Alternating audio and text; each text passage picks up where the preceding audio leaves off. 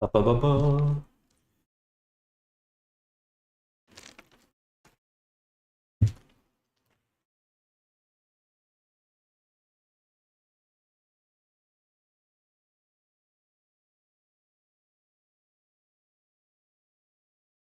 Hello, everyone. Welcome. Today we're going to be putting the final touches on an avatar that I've been working on the last few days, Shimo. So we're going to be trying to get it done. I think we're actually pretty close. We have to do some texturing work. We have to get the face rigging, fizz bones. Oh, I think that's about it. Just some material work. Definitely in the final stretch.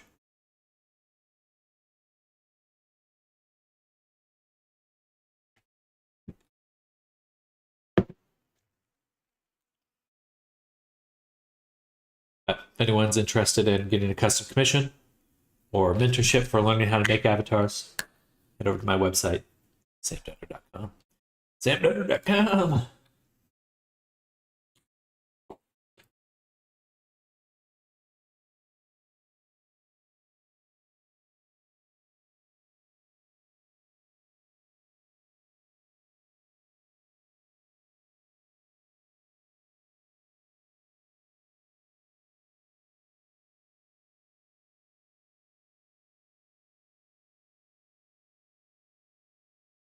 Let's wait this for Unity to load. We'll get moving.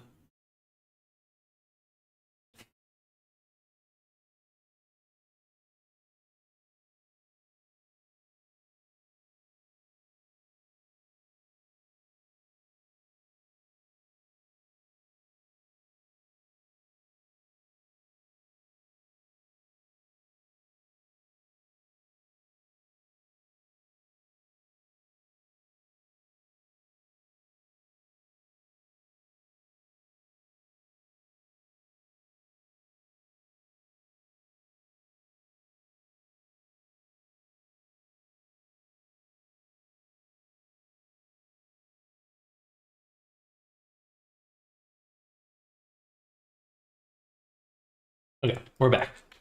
So working on Shimo.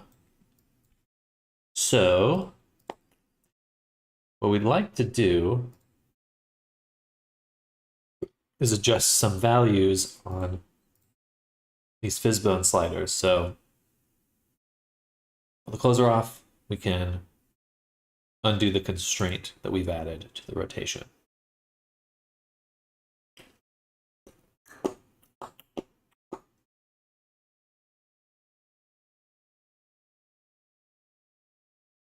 As well, let's go ahead and set up the textures for the body inside of Blender so we can review them a little bit better, because I think some of the textures are stretching in a way I don't want them to.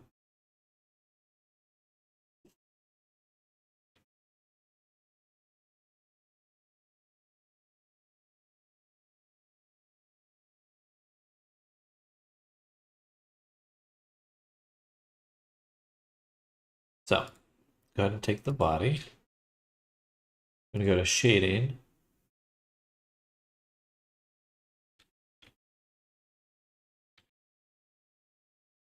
I'm going to take this, Control-Shift-T.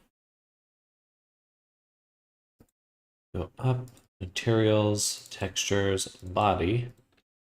And we want albedo, metallic, smoothness, normal. That should be good. Dang. This is the horns material.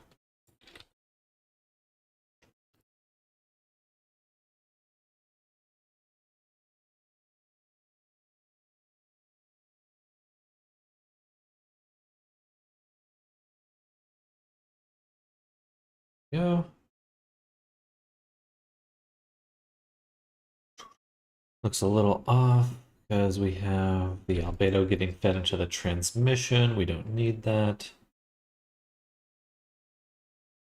But we would like the smoothness to be inverted and put into the roughness. Okay, so now we've got the full character texture. Oh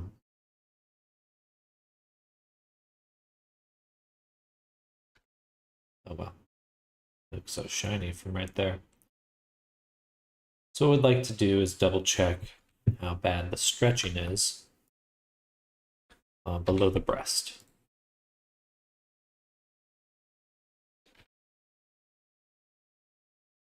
Look at this.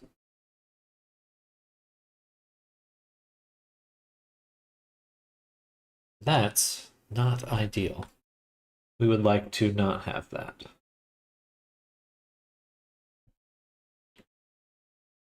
So how do we clean that up? Let's open Substance.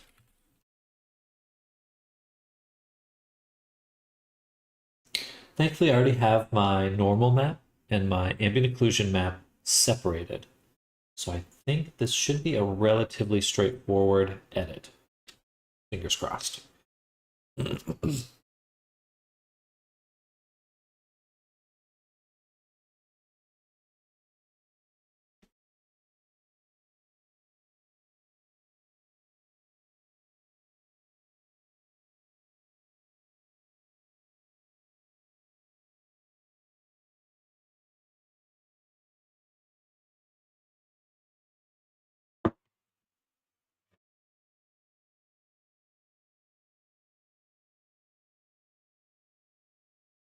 Okay, perfect. We can see that right here. Hello, Snardom. Just hopping by to wave. More of a drive-by. Well, hello, Snardom. Hope you're doing well.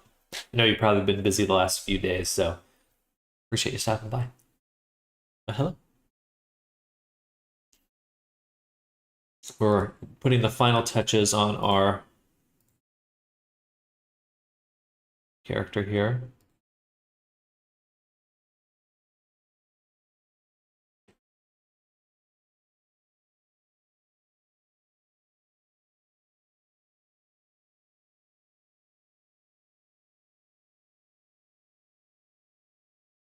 Busy starting school / classes. Been lurking every once in a while. Well, I hope the start of your class is going super well. Hopefully nothing too crazy getting thrown your way. You'll be back to enjoying yourself soon enough.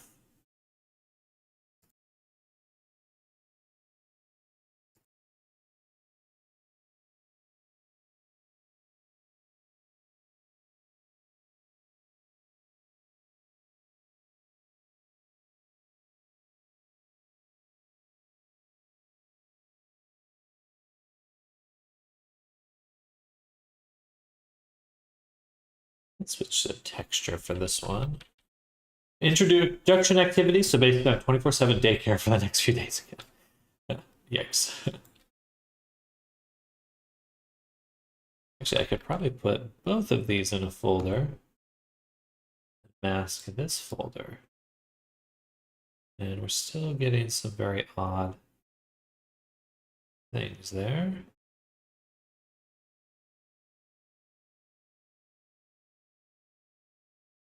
Why would that be?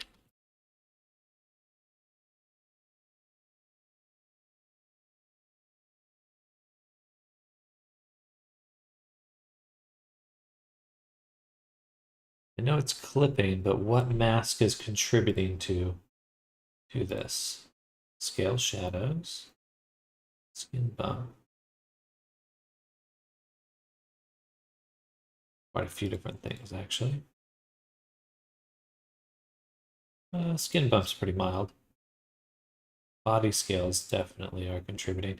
So let's undo that edit I just made. Or actually, we'll copy it. We'll remove it into its own folder. And we'll call this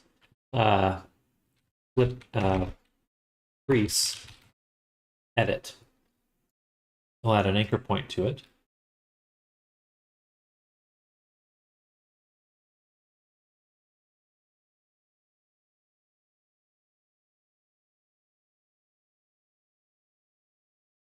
So we're hard at work with the soft body physics recently. Everything going well with the work. Yeah. Kind of an interesting issue, but basically the breasts, when they rotate, when you have clothing, you don't want them to be able to rotate like in this direction, because then they shear. The clothing will cut through into the body. So VRChat just updated with these new constraints, which are very similar to normal Unity constraints, but now we can kind of blend things together. Basically, I fixed clipping, which is always a nice touch. Basically, it's perfect. It's definitely improved, and we can show so this is the new version. It looks like there is a little bit of clipping if it gets too rambunctious. But we turn on these and turn them down, and you can really see how bad that clipping was beforehand. So anyway, pretty pleased with that. Pretty pleased.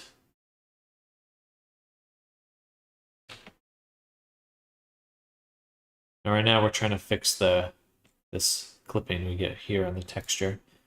Different kind of clipping.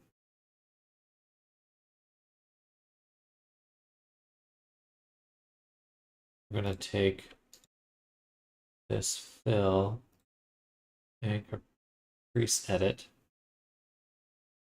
and set it to multiply.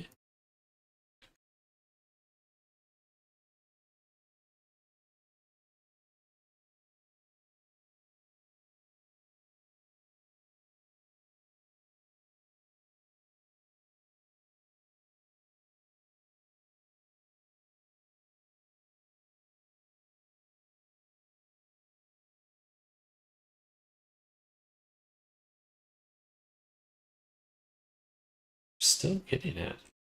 Where would it be coming from at this point? There's no normal baked.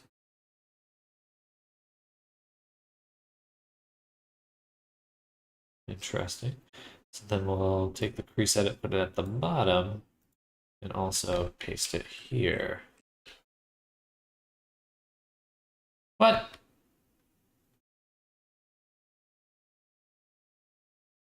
Oh. And it crashed.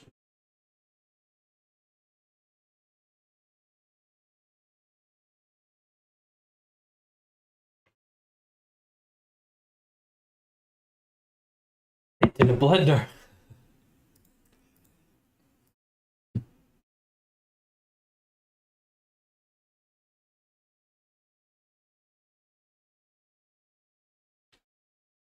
Did I save the crease?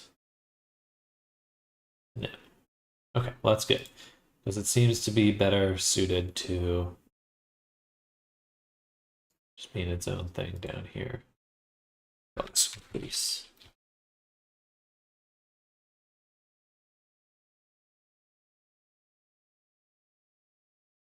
And we'll add a paint.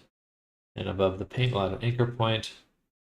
And above these, we'll add the fill with the anchor point we just made set to multiply. And we'll call it crease. Copy that. There. There. Save.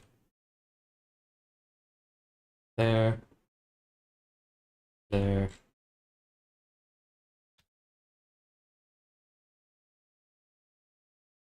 Save. Okay, now we can go down to our paint. Set it once again to UV. Texture. And try to paint out this intense look here. And we got to run. We'll drop by to lurk at least once in a while, but busy. Keep up the good work, though. Same to you, Startup. Good luck with school. Good luck with getting prepped. And we'll catch you some other time. Later. Bye!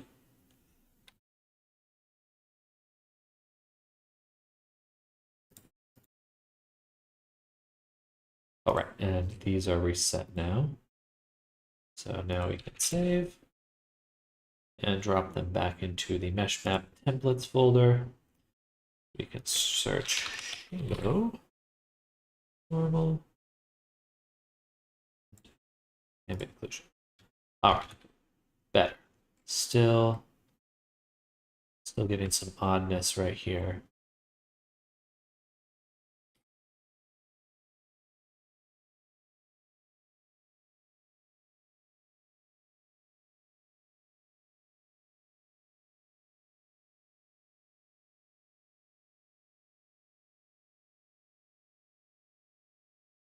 Really? Skin bump?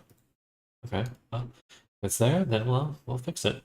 So add, we'll just control V, paste that.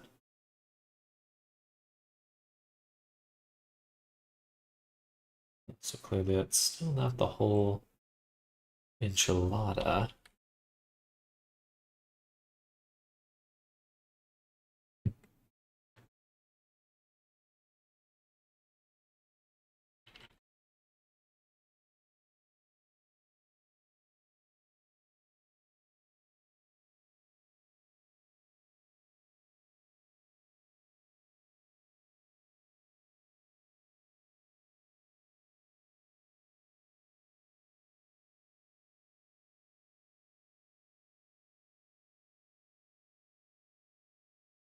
What else is there?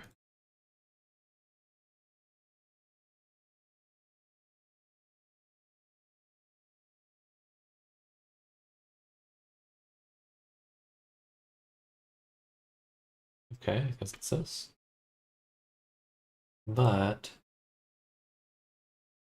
that should be painting it out.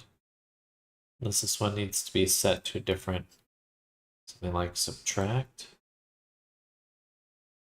or linear dodge instead. Inverse subtract.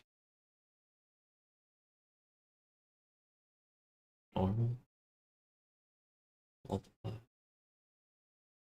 This should also be contributing to covering that up.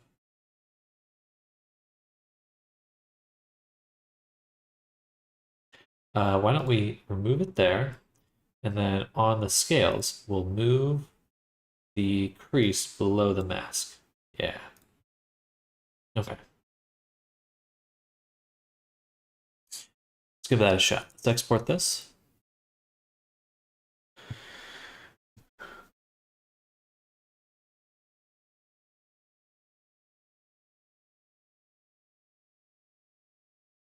All right, save that. Back to Blender. Save here. I'm going to open up shading.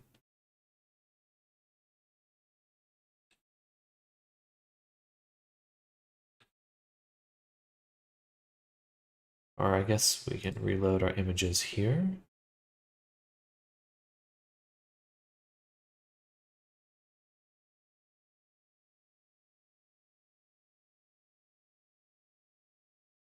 Or up here. External data. Clean up. There's a way to do it.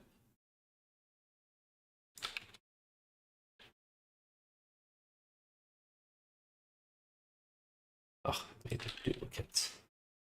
Silly. Silly Billy. I guess we'll just reopen it.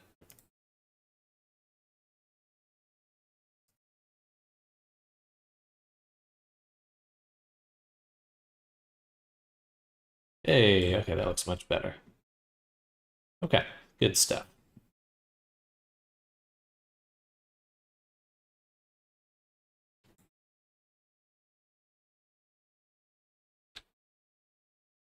I don't know if we really need to mask a skin bump on that.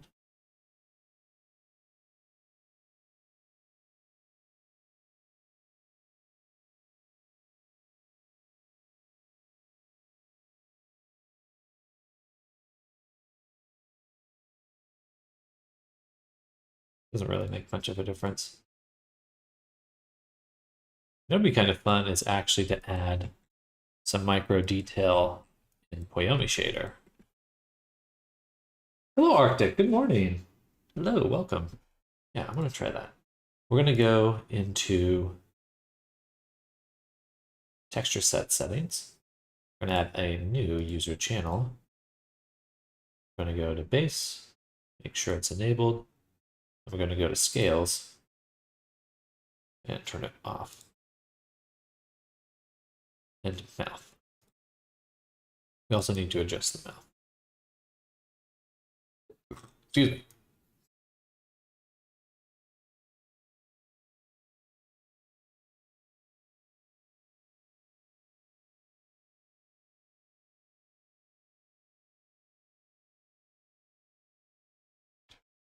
And I suppose claw and eye.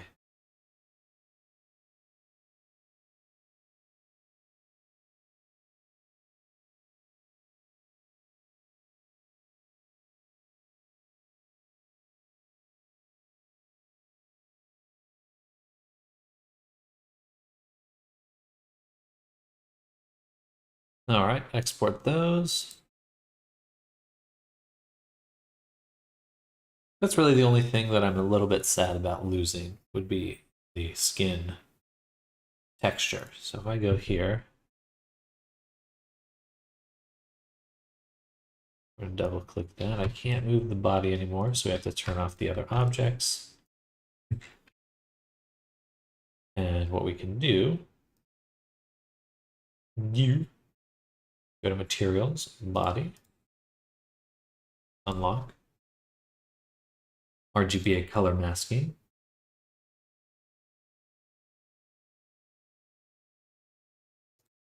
The first mask we'll use our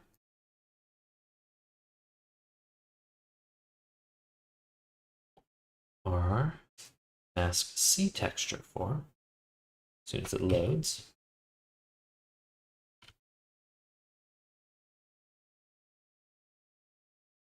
In that channel, we're going to give a normal texture, say bump or skin. Great. I'm just going to choose something somewhat innocuous for now. We'll just do this one. We'll turn up that intensity to 1. Hello, Diggy. Welcome.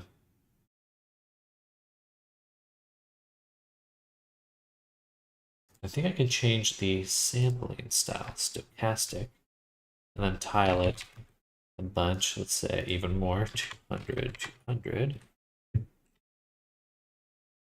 Get something pretty strong. It's a little ridiculous right now, but get a very slight skin texture on the character. And then we can turn the intensity to like 0.2 or something.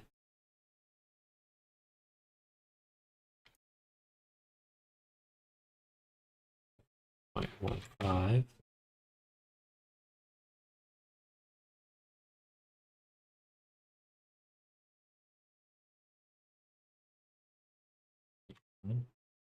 Cool. Now we have just a very slight skin texture on the body, and we're not relying on substance to bake perfectly. We can just slap a tiling texture in there. But I do want to use Instamat to make better texture. How's your day going, Diggy? She's shaping.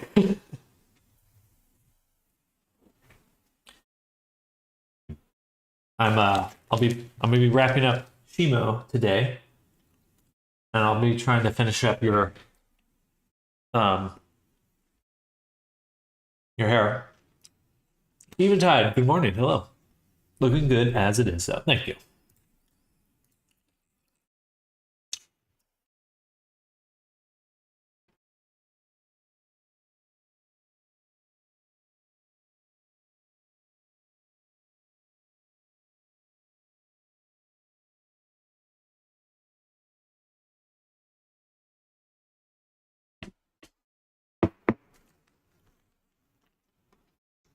Sure, you're gonna build scales in the texture of her skin. She actually is more like a Mewtwo kind of, like a Frieza kind of texture, at least to my understanding.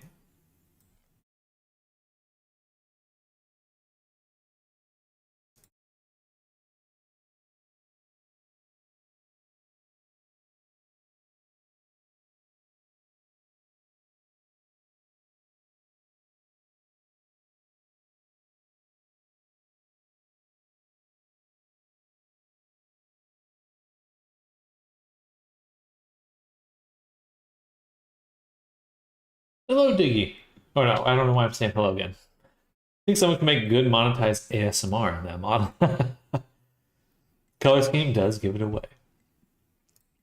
It's like a, yeah, more at least that's how I'm interpreting it. I believe the client and I are on the same page about that. Easy enough to change later. At the very least, we've got the mask set up, which really makes the biggest difference in the long run. We're just going to keep this really simple. Height to normal. And then, yeah, actually, I will do height to ambient occlusion.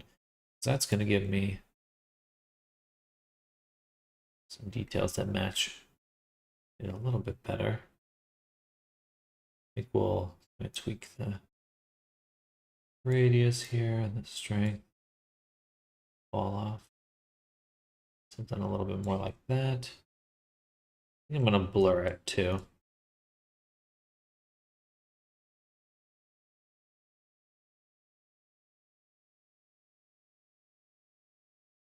A little blur.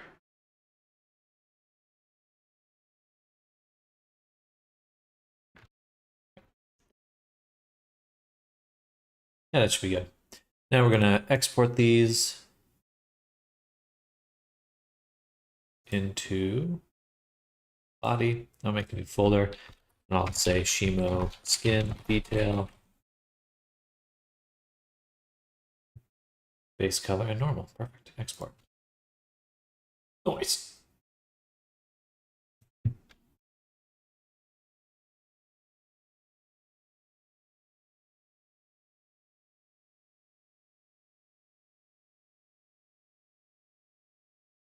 There we go.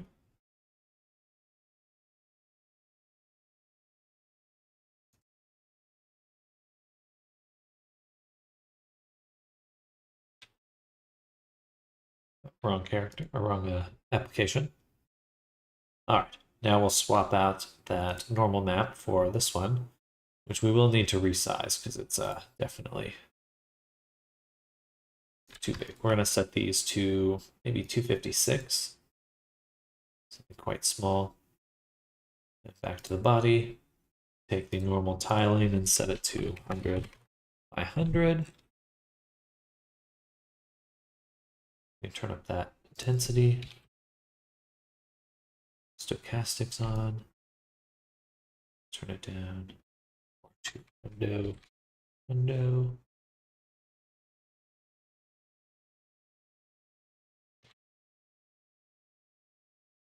And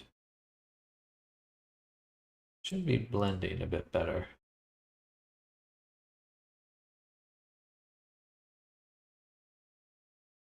Well, it's there. I got that micro detail that I was wanted. It's not playing nice with the seams though, which is a little annoying.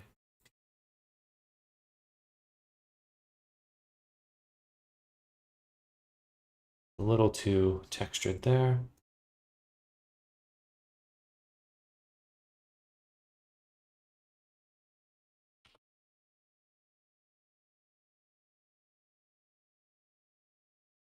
Something like that.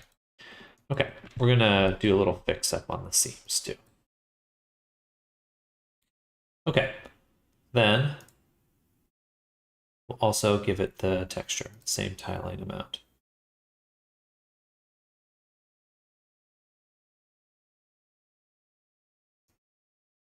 Oh, did I mix these up? I did. This should go here, and this should go here, technically. Doesn't really matter. I already exported it, but you know, best to be doing it right. You know, posterity and all that.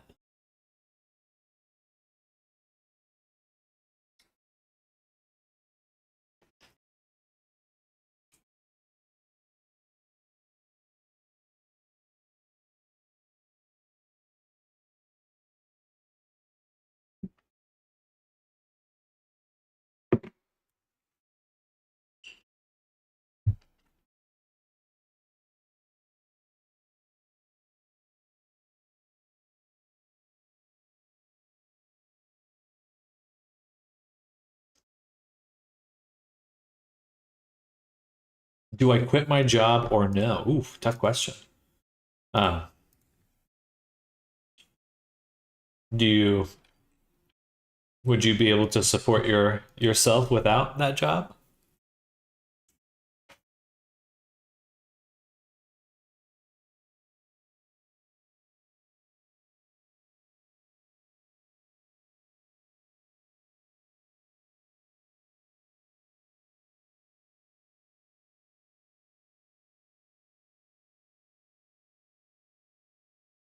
Oh, that okay, good. That is blending a lot better now. Interesting. I wonder what the difference was there. Just using the wrong texture, I think.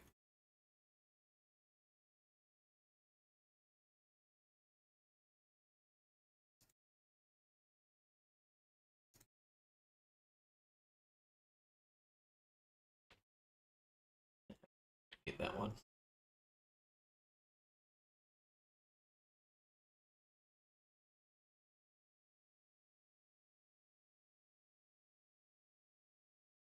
Good job for having another secure is the fast way to no job at all. Yeah, I think it's tough. I've been in a lot of jobs that I just hate. But I do think that you want to make sure that you're putting your health and security first. So like even if it's a job you dislike, like if you are in a position where you can switch it up a little bit, then perhaps go for it. If you're in a position where you would not be able to support yourself and switch jobs, then definitely be a little hesitant. I've done that before, and that's really rough. All right, that looks like skin. A little too strong on the breast there, so let's kind of paint out the mask.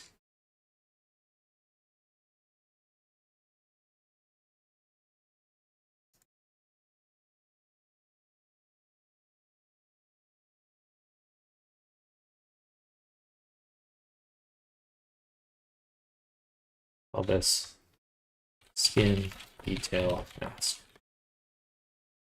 And we'll set it to user 2, go to user 2 here, and then paint, and add a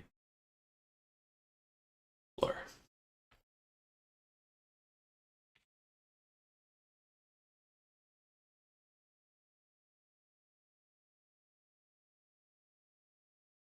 Why isn't it working? User 2, gotcha.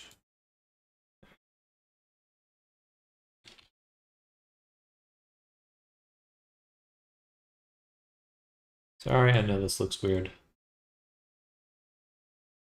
Perhaps weird's not the right word.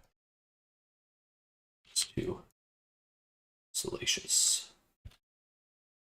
Save that.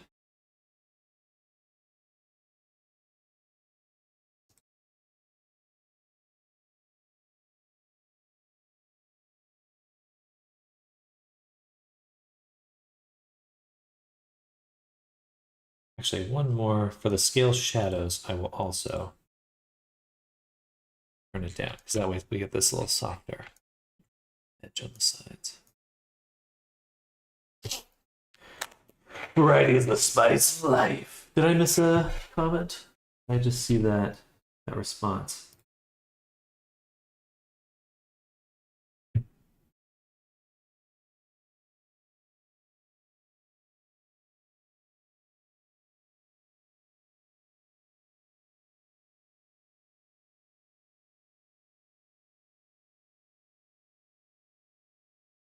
All right. I think that looks pretty good. I really do like the micro details. I feel like it's pretty easy to lose them in the long run. Awesome. Okay. So now let's clean up the mouth a little bit. The lips should not be blue right there. So we're going to look at our mouth.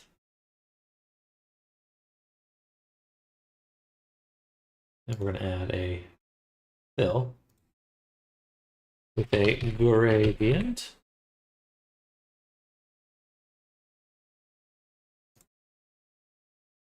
And we'll set it to no repeating. Then we'll put it on this right here. This is another reason I love setting up my objects as planar. Subtract or multiply.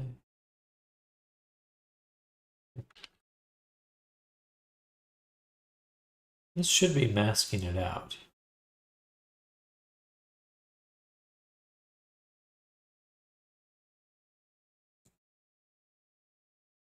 I see, it's just very dark on the inside, so when we are masking it out, it would look dark. It wouldn't just look like the skin. Okay, good to know. Turn up that contrast and push the balance in. So that way we get this kind of interior lip. And I think I'll also paint that out a little. So let's copy this.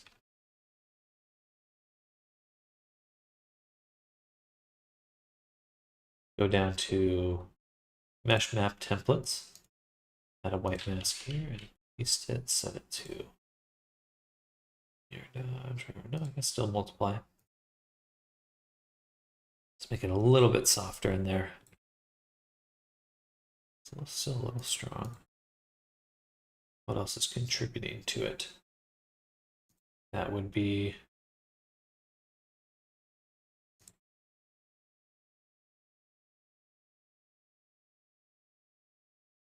flipped. Yeah.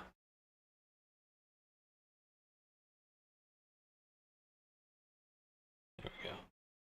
And we'll turn it down just a little. No, you know what? I like it there. We'll just change the contrast.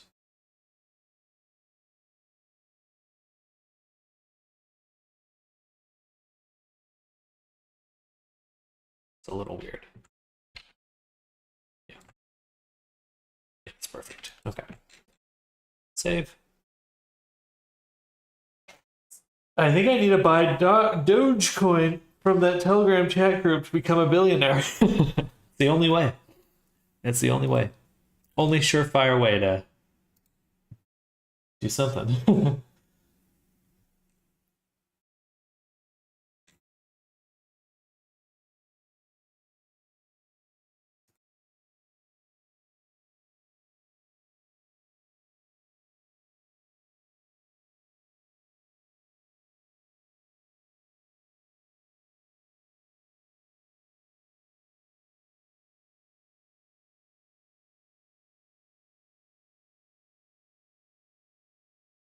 All right. Beautiful stuff. Looking quite good. I think that in our Instamat here, I want to make this a bit higher contrast.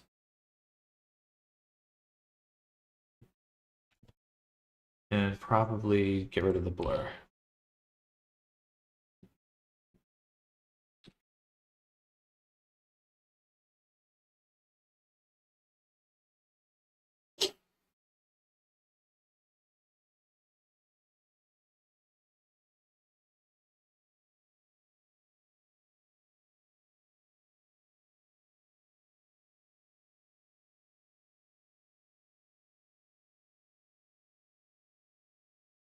All right. Now that we've done this stuff, we can, oh, sorry, I keep opening Substance, but I want to be in Unity. I would like to take the RGB color masking, go to red and add this base color texture we just made, which is very, very light right now. And but we can see the micro details now, which don't look too bad. They look pretty good. We're going to tell it to stochastically sample, so it looks a bit more random. And then we will also turn down that, oh no, set it to multiply.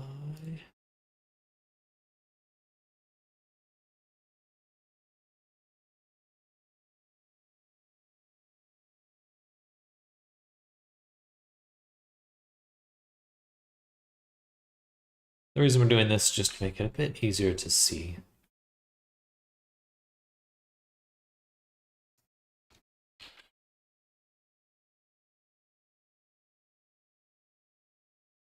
Ooh.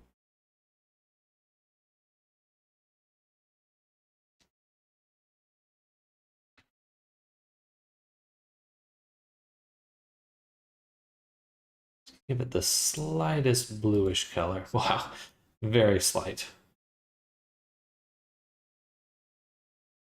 Take that back, that's too strong. Too strong. Darken.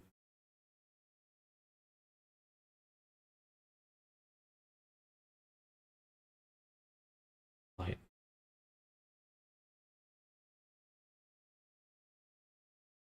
Kind of works the same way. Just opposite. I think I like that more. Makes it feel a little brighter, but still retains that detail. More screen. Well, it's too bright. Subtract. You know, that one might be too much. How about overlay?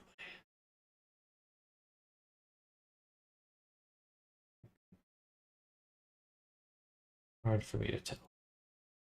Did like screen. Light, I mean.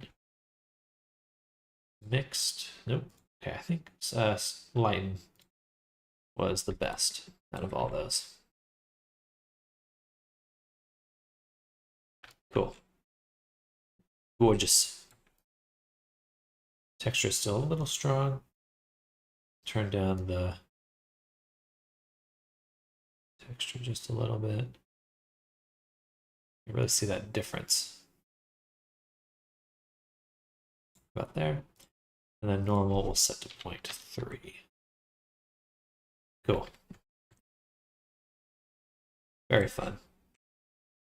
Enjoying adding these kind of micro details. It broke. Something broke. The mask broke.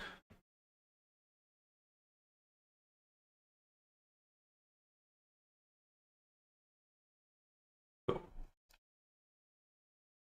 Interesting. I could also add smoothness to it.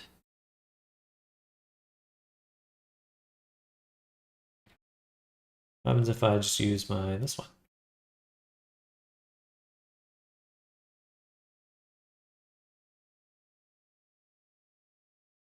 Let's do lighting, environment, search, sky. Great.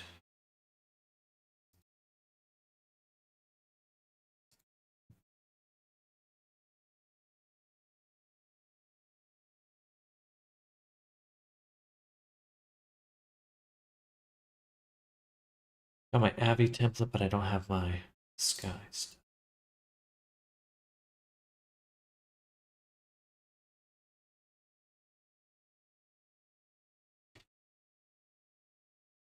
Oh, I want to pop my neck again. I should not, though. I should not.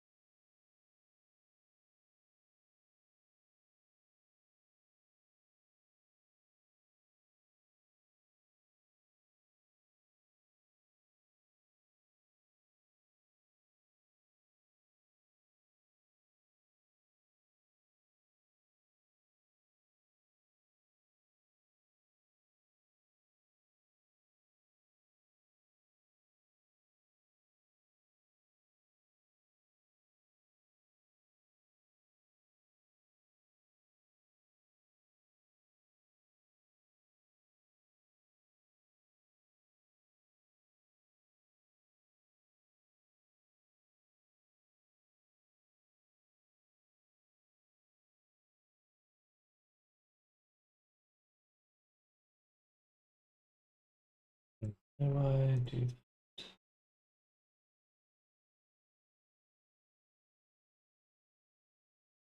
Hello, Spichka. Welcome. We're adding some details to this character's body.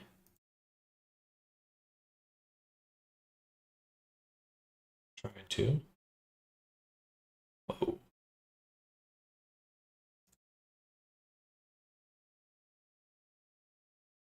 Yo, that looks cool.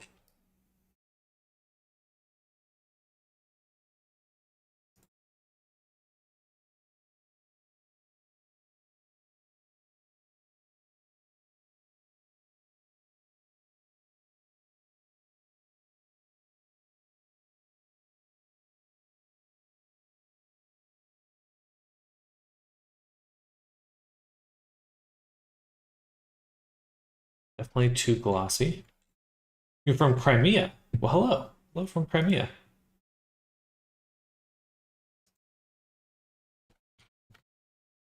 We're going to make a smoothness map too. Because can't be stopped.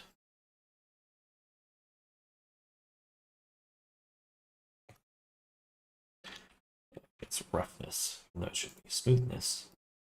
That's okay. It's not okay. We'll take this one and so we'll do a gradient map grayscale. Take this in, put this out.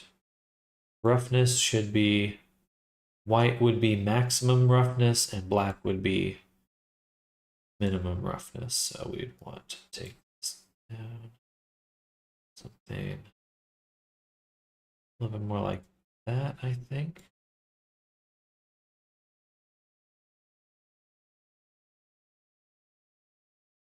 I'm going to assume you asked me if I speak a certain language. I do not, as it turns out. I guess I gotta just use the levels there. Yeah, same thing. Now we want to export. We want to make a new template, which we're going to call Shimo Skin. And we're going to take our base color, drop it right there. We're going to take our roughness, drop it right there. We're going to add one more RGBA and drop our normal right there. And then I'd like to change this order. And we'll export now. He speaks C# though. Time to stand up. Ooh.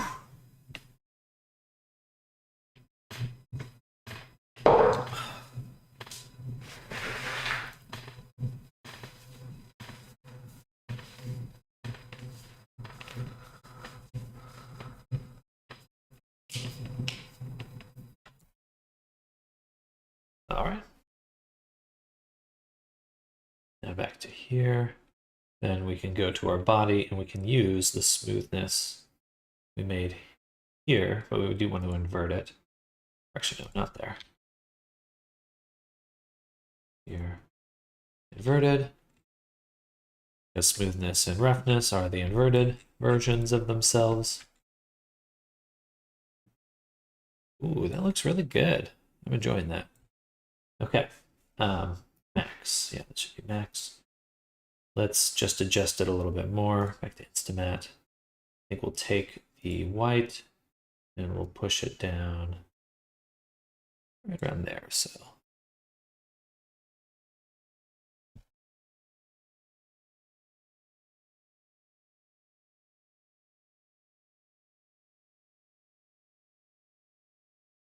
do some squats. Oh, my back's been so tense lately. Gotta be making sure I'm getting moving.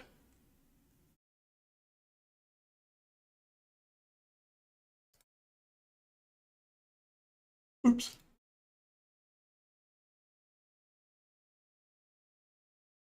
Oh, so much loading. Raising tables pay for themselves on future medical bills. Yes, they do. Yes, they do.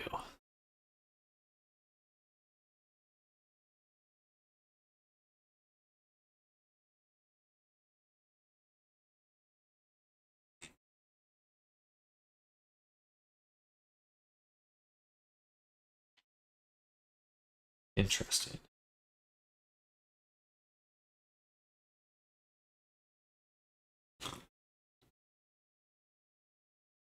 So I turned on metallic and smoothness.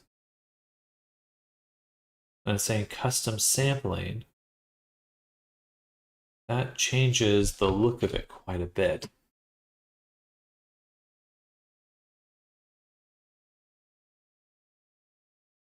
I wonder, my smoothness doesn't really seem to be making a difference there, so something else is happening when I turned on the custom sampling. I think that kind of broke it.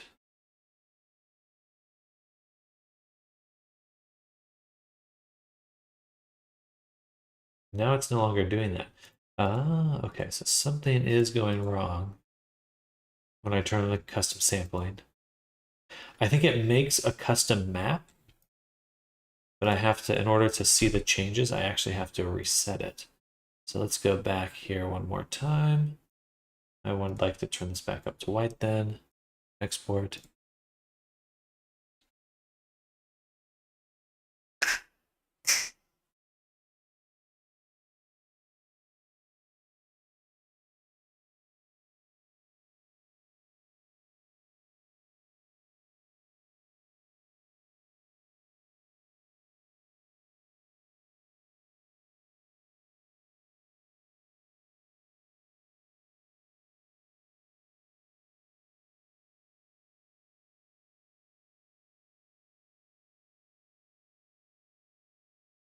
That'll look any different. Bullshit. Lying to me.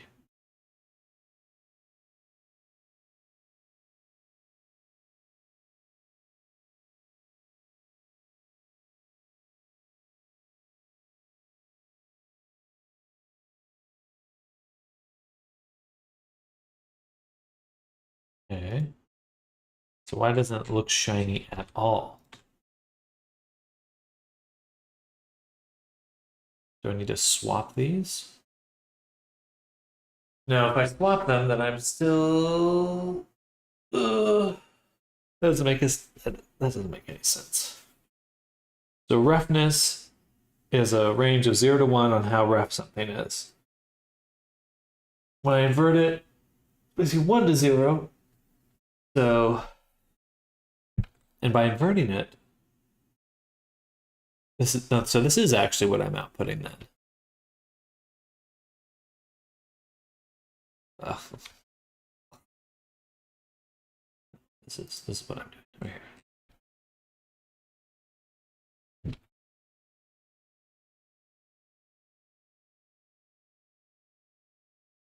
Let's get rid of this one. Add a levels.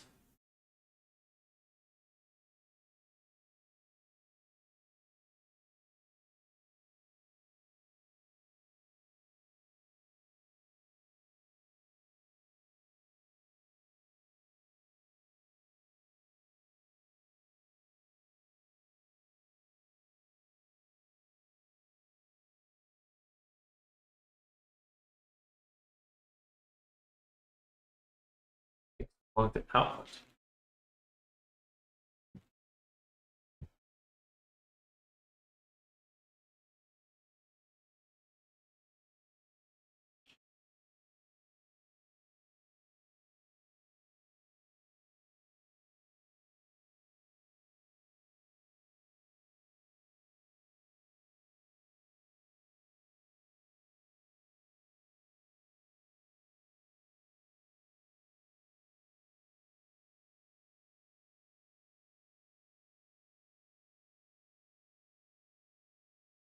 Confused.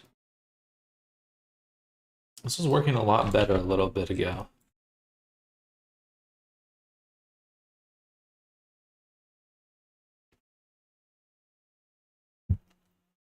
Oh, wait.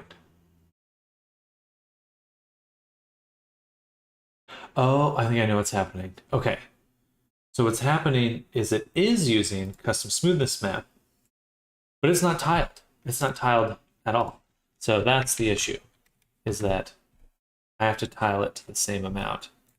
That's a little annoying because I can only tile this one.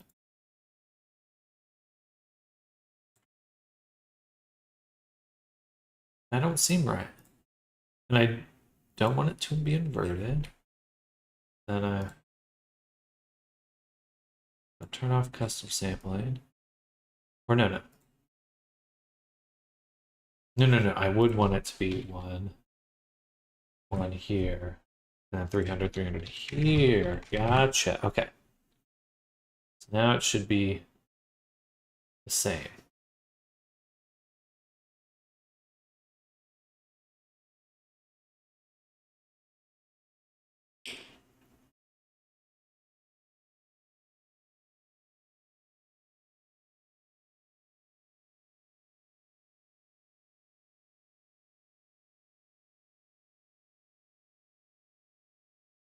Works. Why isn't it? I feel like I should be getting better results here.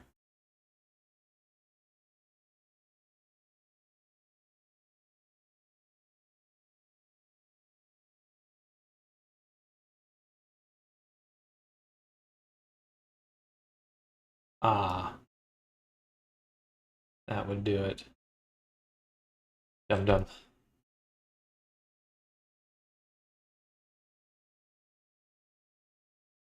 Alright, so now we should get in a little bit more variation on the skin. Okay, we figured it out. Figured it out.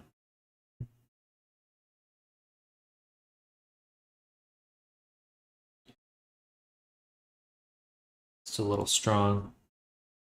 Push it down just a little.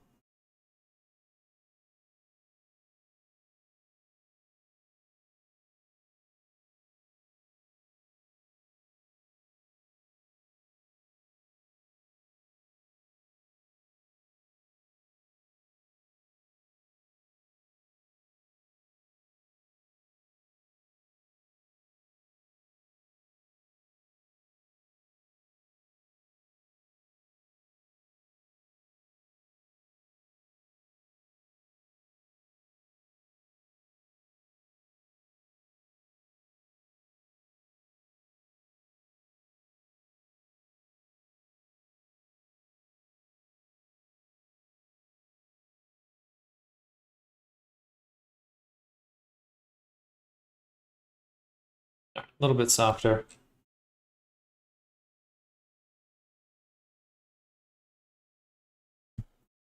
Cool.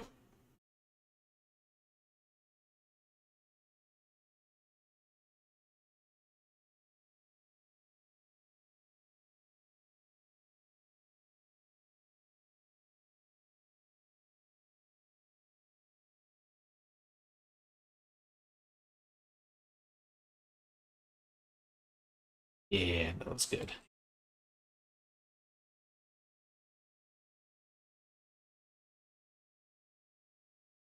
Yeah, yeah. Good stuff. Okay, now we're really playing with fire now.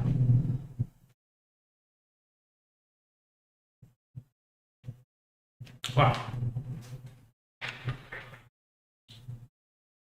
I don't know how well that's showing up on your screen, but look at that. Little micro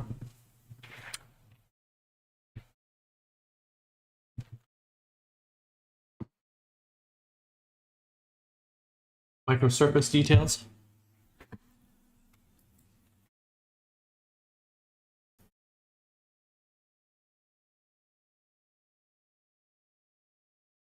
Fuck yeah.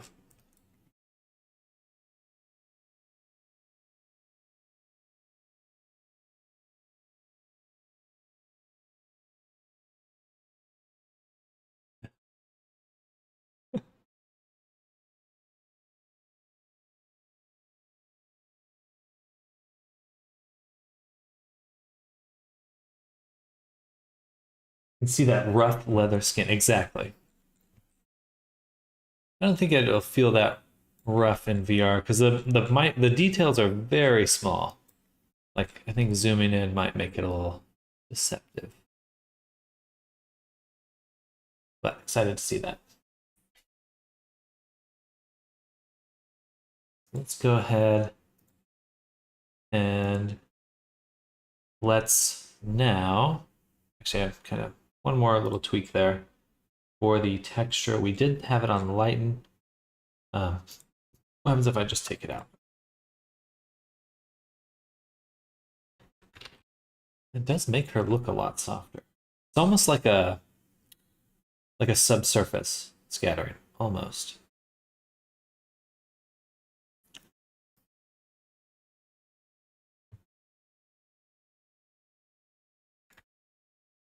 But if I set it to multiply, I think it's going to make her darker.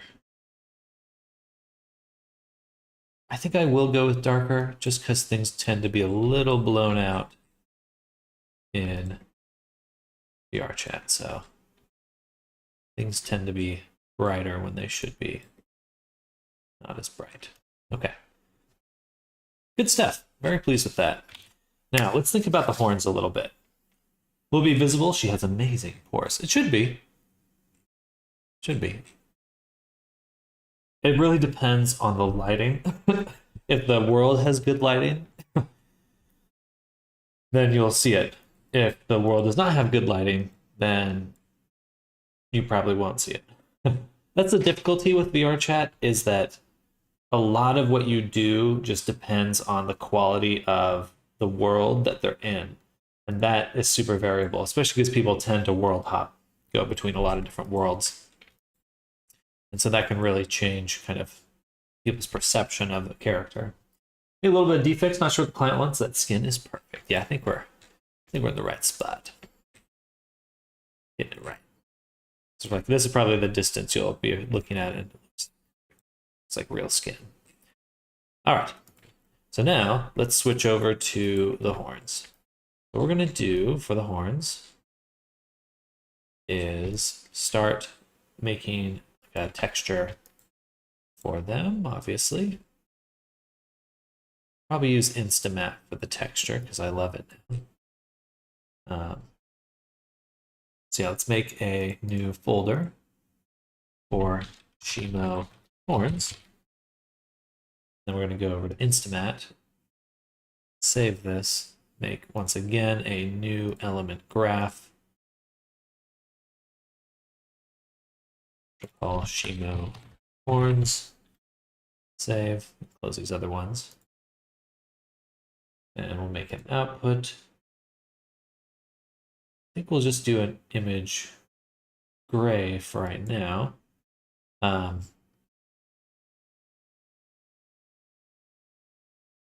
We do have a mask.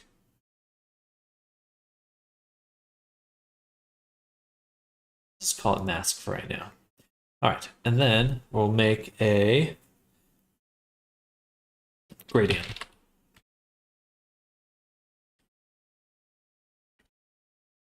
So in a linear gradient, rotate it 180 degrees, drop it there, and then that's what we'll start with. File, export, go up, up, two horns, save, make a new output template called Shimo horns. And we'll start with the mask right here. And then get rid of the grayscale for now. I'm really serious. Sorry, I had a weird question. Do you know of a tool to match mirror UVs on top of each other?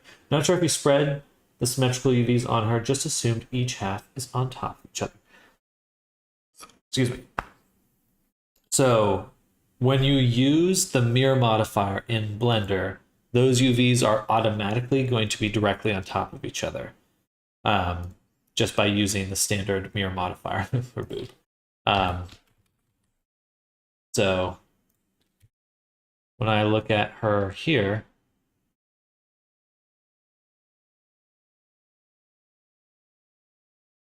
ignore the horns, and just select just the body. All of this is mirrored, so all of these islands have a second island on top of them, top of each other. But if you alter them or edit them, they would move, right? If I needed to redo the UVs, what I would do is cut the character in half again, delete one side, and put the mirror modifier back on. Because mirror modifier will mirror the vertex groups, and it will mirror the UVs. So if I need to edit this character, and I know the character is symmetrical, I'm just gonna use the mirror mod and redo it.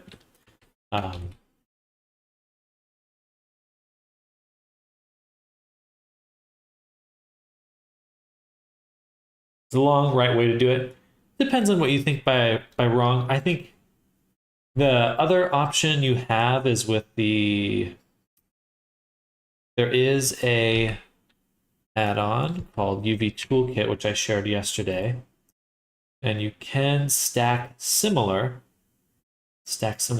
islands or match islands. These are a little finicky though. I feel like they don't usually work properly for me. Like other people, I think people have thought to try to make those kinds of tools, but for me, the mirror UV one I just know that it's going to work using the mirror modifier. But if you use this on here, and I'll get that again, UV toolkit GitHub.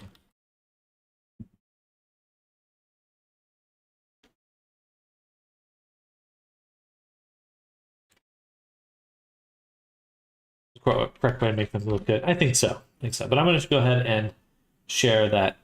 Either way, I'd take a look at that GitHub because they have some other really good UV tools there, which I touched on yesterday. But all right, so we're gonna hop over to the horn. I should have exported. File, export, mask into Shimo horns.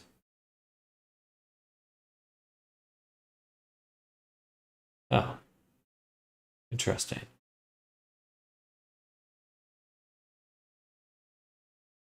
Doesn't want to export. Okay, then let's take this and make it not mask. Be unnamed, or we'll call it horn mask. Horn mask. And then we'll export again. And we'll use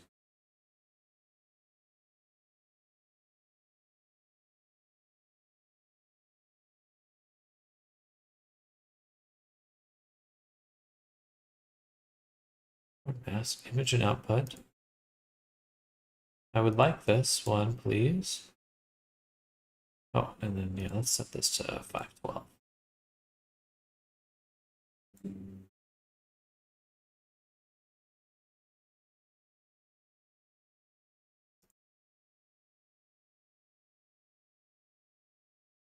Where's my horn?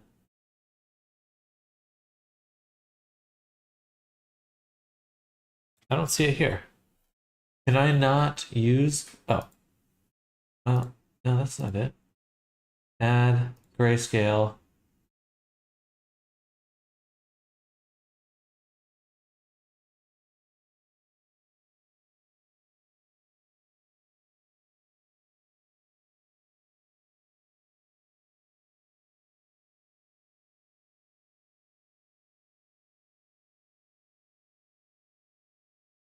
Okay.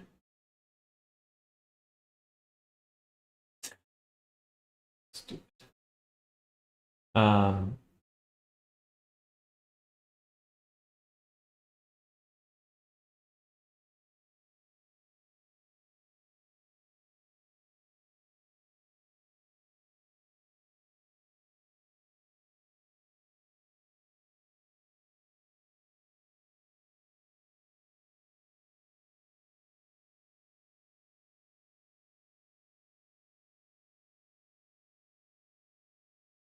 why can't I use it?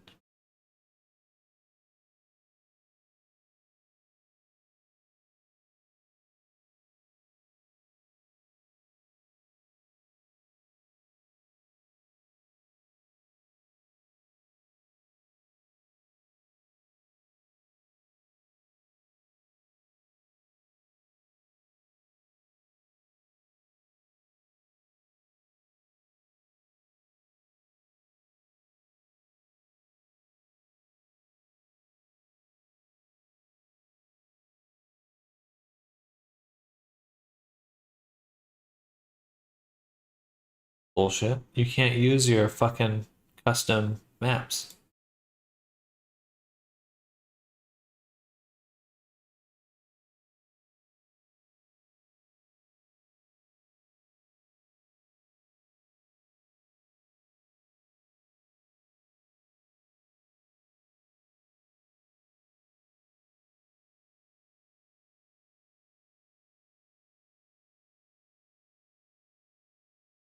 Weird. Skin. Element image gray. It was grayed out, so maybe just leaving it as parameter will work better.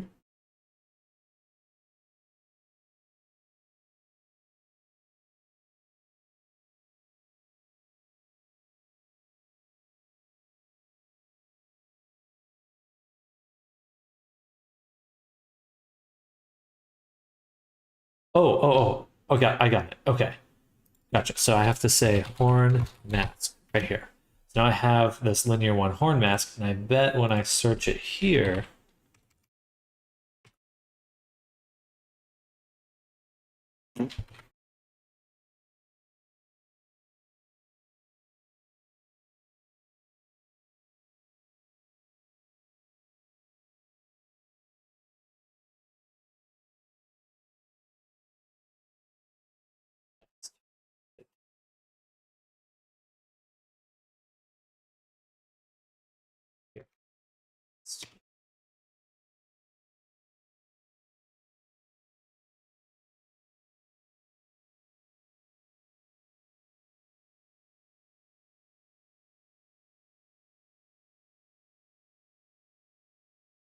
there we go.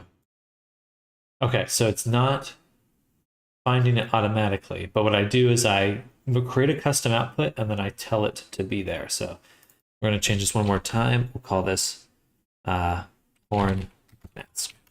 Copy that, go over here and paste it there. So now, or I guess it does not take spaces.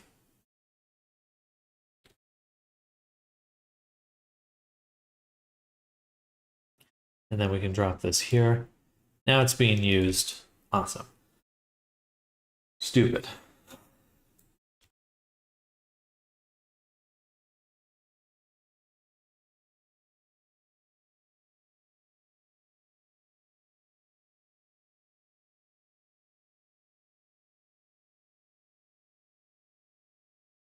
Still can't export. Motherfucker.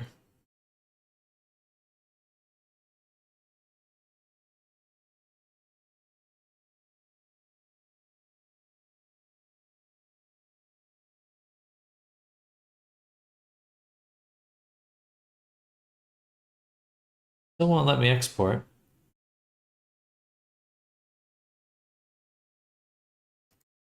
So it's not about the output.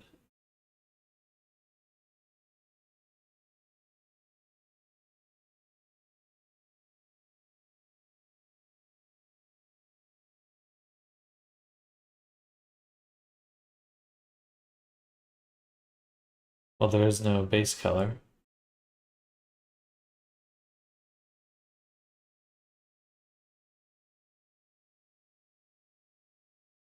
Hello, Booms. Welcome. Really just doesn't want to let me export.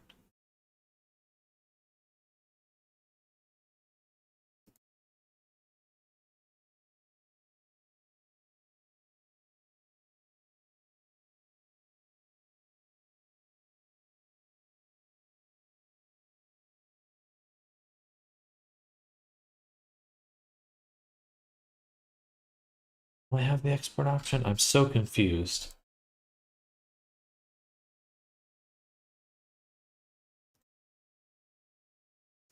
But it's there now. Okay, that's weird. Something was going wrong. I don't know what. Anyway, we're going to go to the mat cap here. And we're going to add the horn mask. It is not going to look correct because it's actually not even doing anything yet. Now we have to go back to Blender, go to the body, isolate, select just the horns. And what we're going to do is unwrap all of them, select everything but the tip, but, or select just the tips, I should say.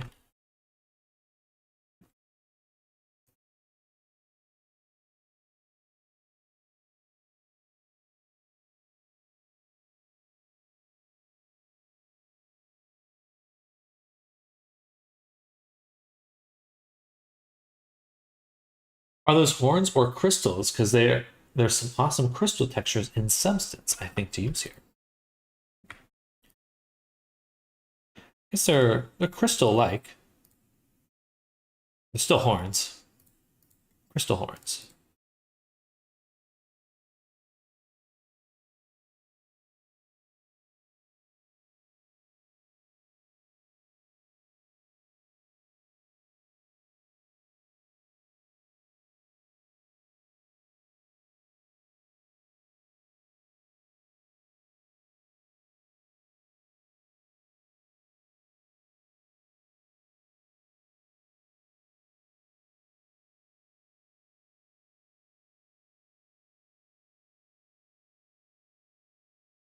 That looks good.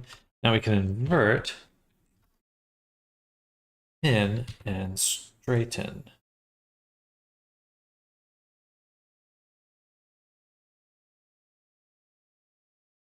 Straighten. Straighten. Then we would like to deselect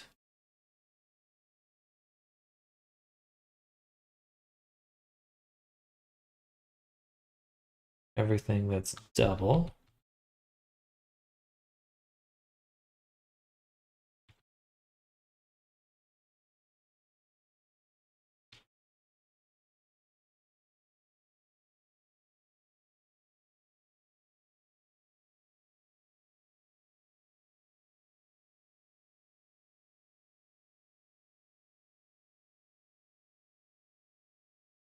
Like that. And then we'll do 0.2 PSY0 distribute. Okay. Then I'm going to find all the ones vertical, all vertical ones.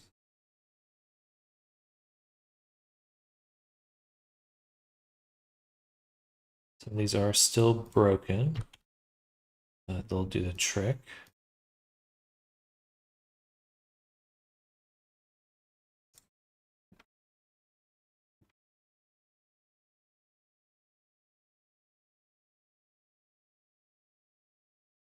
Okay. R9. And now some of them are upside down. Like all the upside down ones.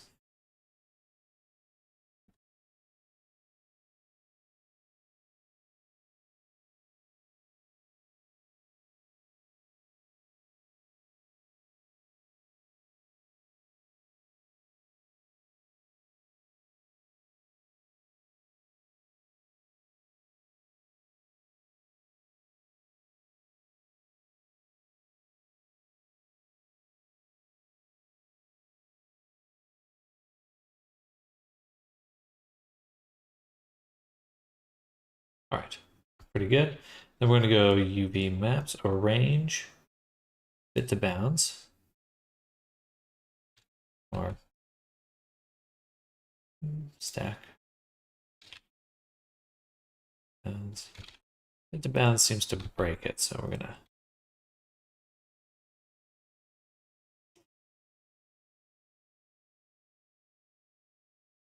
that sure looks like. Oh, I don't know.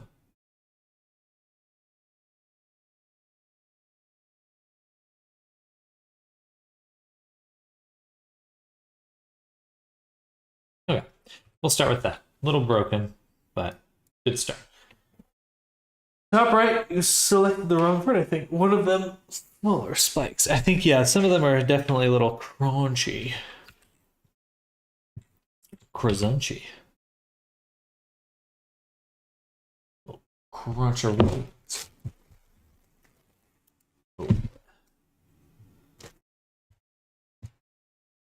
One more cherry.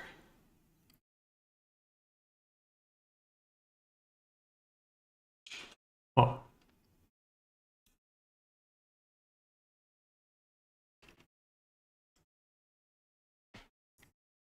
So what else was I typed up, by the way? Gotcha.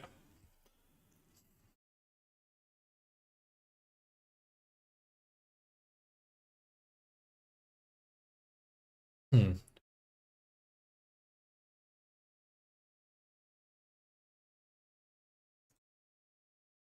All right. Should be on UV map 1. We should be seeing darkness. Darkness.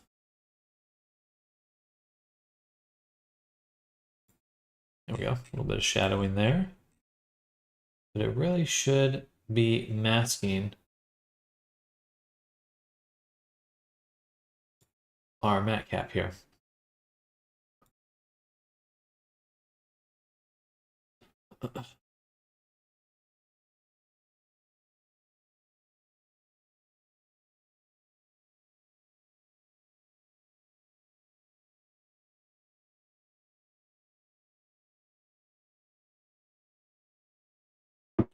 Unless it's something else that's making them so shiny.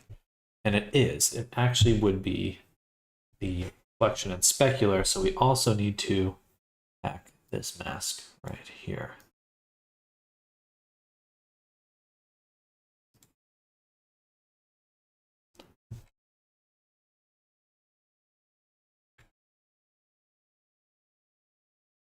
Then I guess I'll just also put it directly into the texture.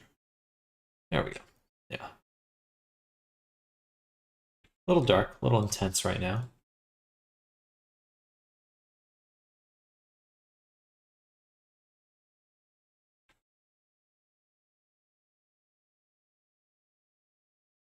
We go to Instamat.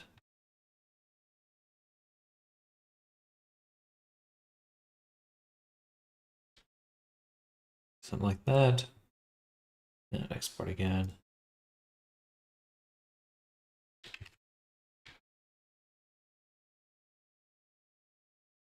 A little strong still. It's funny, these are fighting each other on what they want to be. We're gonna take the AO. And that's not making much of a difference. Maybe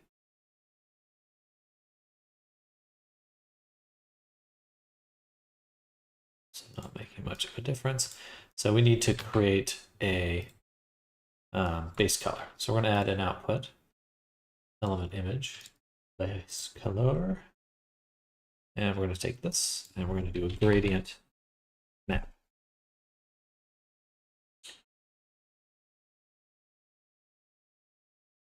Why is it? Oh, I see. Bam, bam. Good. Client were to come back and ask you for a second outfit, would it just be a matter of MD, low poly, bake, high poly, robust weight transfer export to Unity? And would the clothed UVs need to be incorporated in our UV package somehow?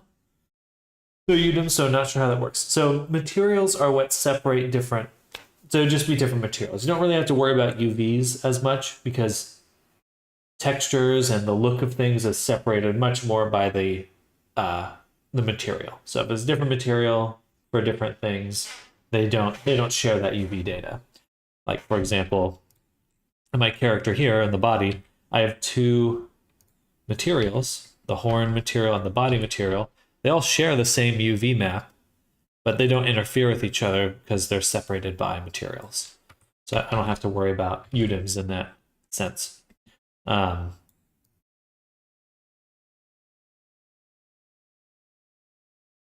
Interesting, why did it go blue? I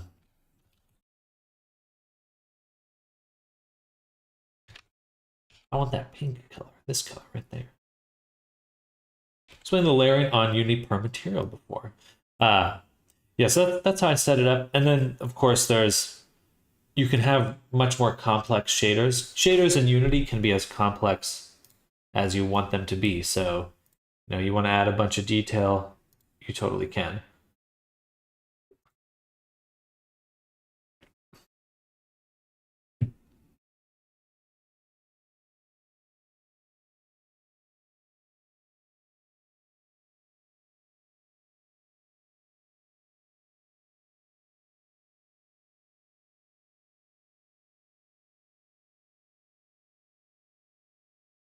Oh, perfect.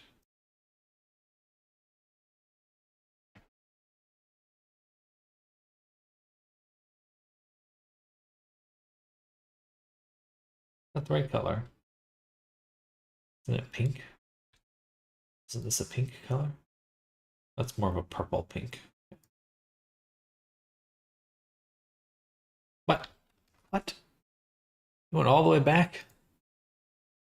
Okay.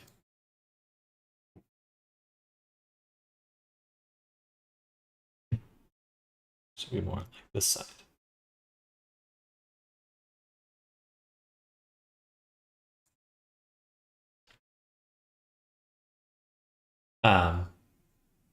But as for adding an outfit, in a sense, it is that simple, but then also it can be a bit more difficult because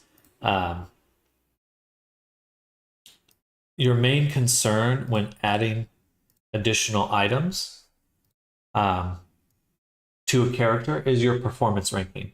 For some people, that is not a concern, and they don't mind pushing the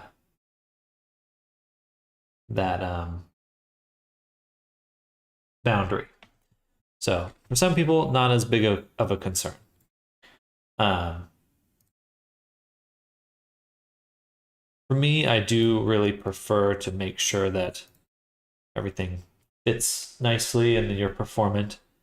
Medium's not like perfect, but it is super good. I'm guessing when you load an Avi into VRC, they load with all materials and meshes. They just hide each outfit not in use.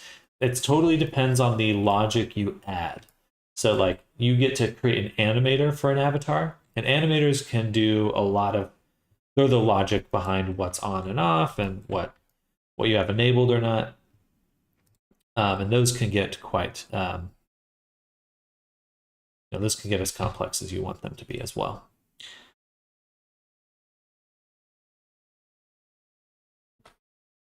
Go to shading really quick. Go to horns, Control T. I'm going to go ahead and find that horn. We'll do the base color, might as well. Back to UV editing. This way we can start.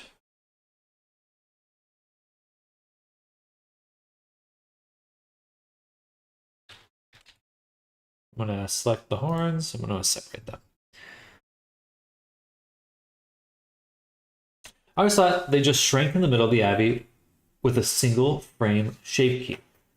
You can do that, but if you have something like a coat, it's still rigged to those arms. So when you shrink it, it's still going to get pulled around, even though it's like a little, you collapse it. It's still going to get pulled around and pulled out of the body and stuff.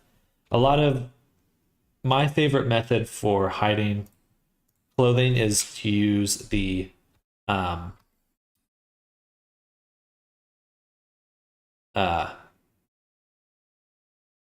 I trying to say? There's something called UV tile discards, which relies on the shader to hide things.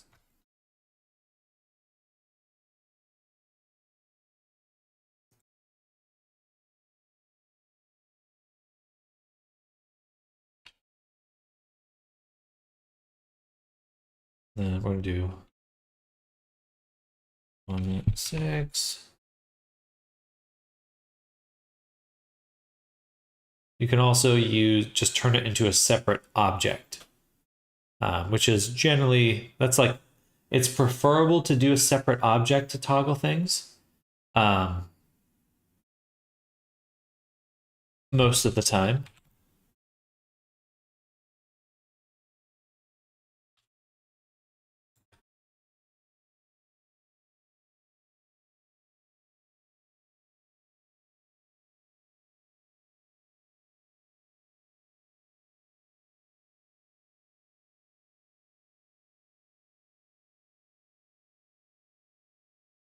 Because sometimes your shaders won't load depending on your buddy's performance settings. So if they have if they set it so that their performance is low, then they may not actually load your shaders. And all that hard work you did, they can't even see. So using object toggles is preferable if possible. So I try to max out the amount of objects, actually turning them into separate objects. And then everything after that I use my UV discards for, which I'll go over. You'll see that in a little bit. That's like the primo option. The one with the most control and the most flexibility, but with the downside that if the shader doesn't load, you're kind of back at square one anyway. Okay, there we go. So now all the shadows should be pretty even along the bodies. Let's go ahead and recombine that.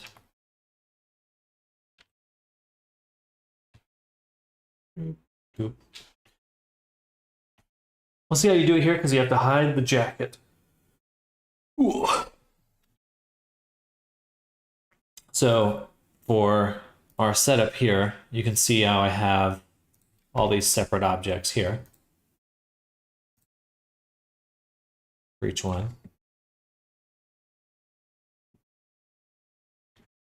So I can turn them off because I've created these logic toggles that integrate with VR chat. You can turn off for each object. I have a toggle now.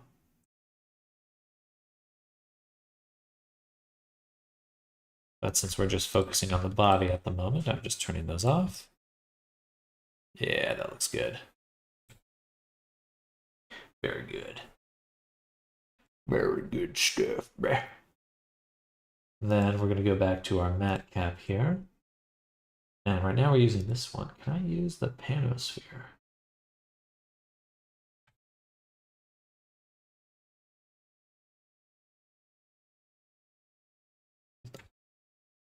Oh, that's that one. I need to make sure I'm selecting the horn and adjusting the correct material.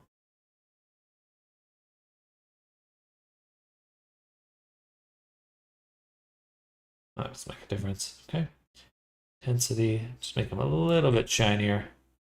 So I like that iridescent quality. It looks pretty cool. Next,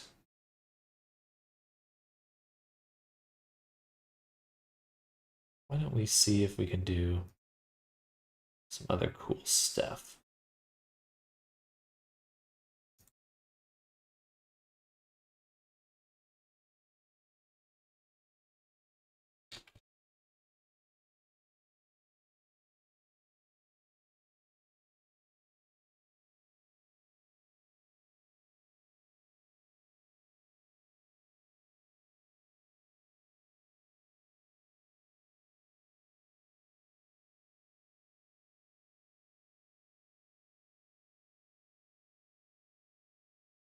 What this does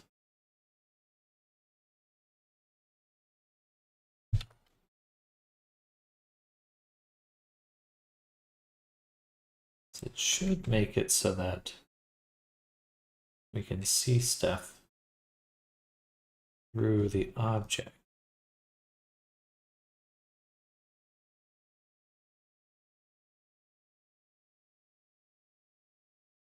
But I believe there has to be a light on in the scene.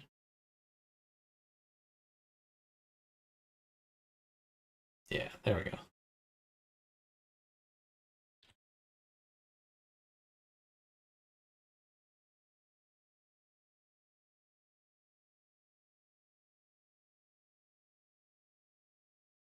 Kind of like it being transparent.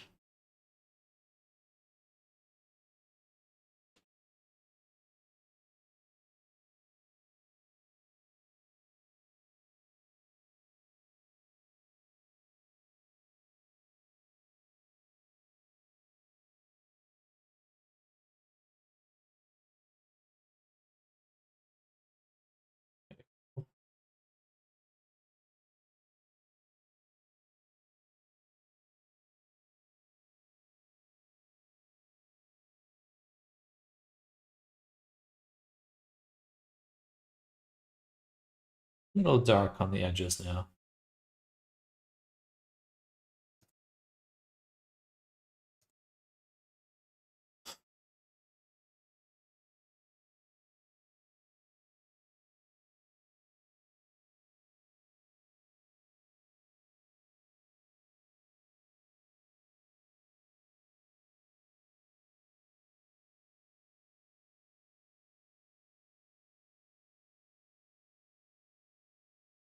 All right, fun.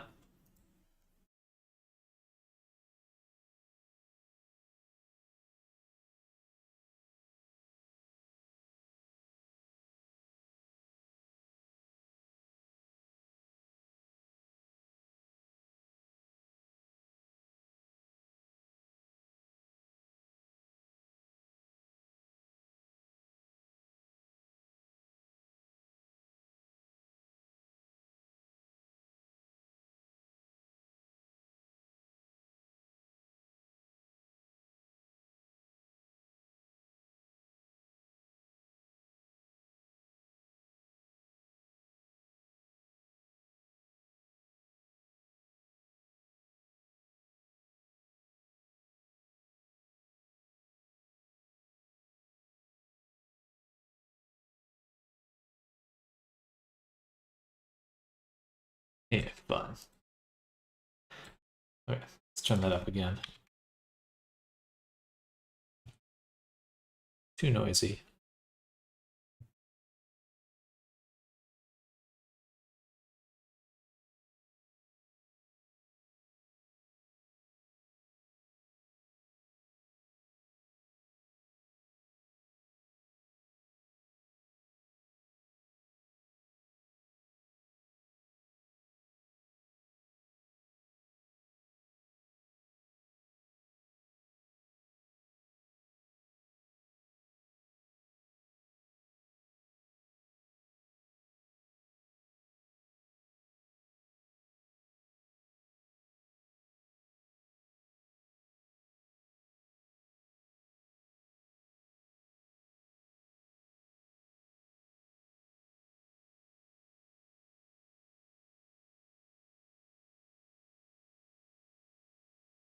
Noise intensity doesn't do anything.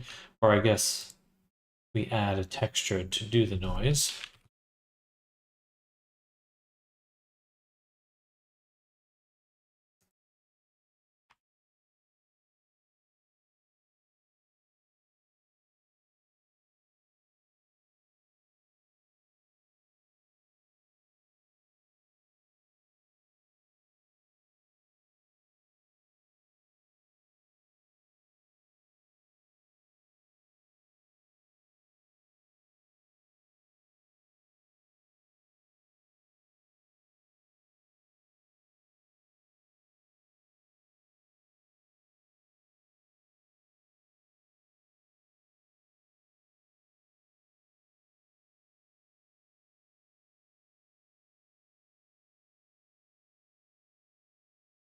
Cool.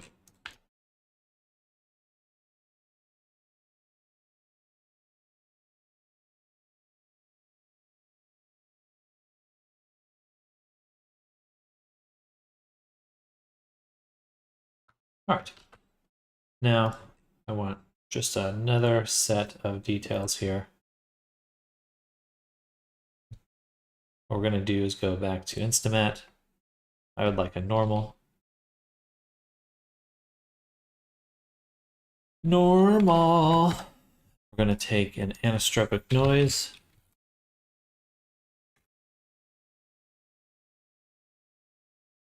We're going to put that into height to normal. Take this. And we'll just start with that, I think.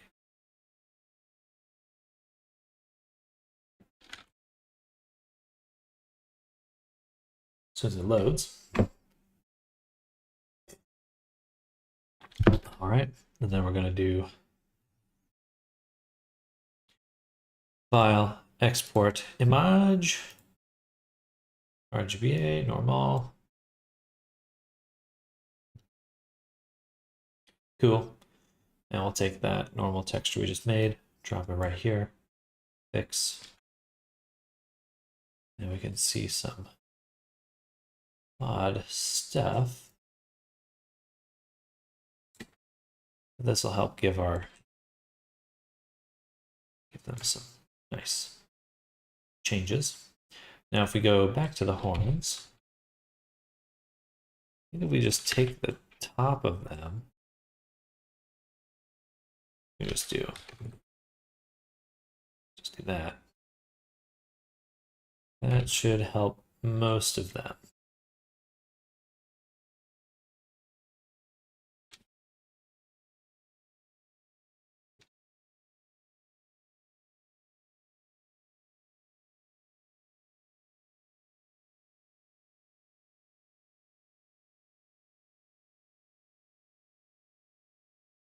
Does the size of the texture matter in this case? So they'll have to keep at a 2K rate. I'm actually a lower than 2K. Quite a bit lower. Especially for these ones. These are all 512, I think, or 256. Well, they should be. All right. Unity does default to 2K. But for these, I don't need them to be that strong. I don't want them.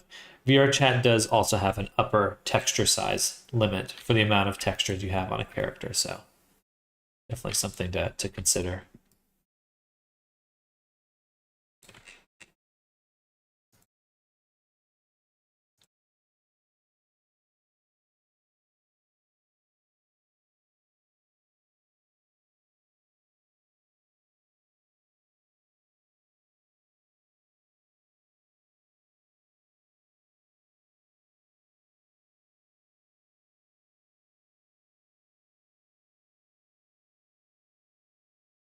Interesting.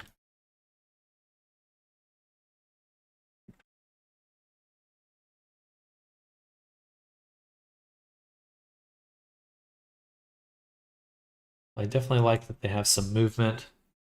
The Z looks good, gives them nice grooves. They feel a little energy-esque. We also have some options for the mission.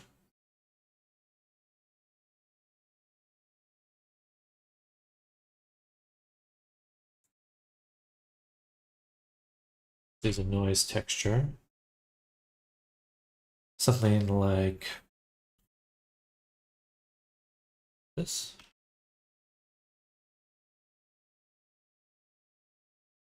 We could set it to Panosphere. Turn that up.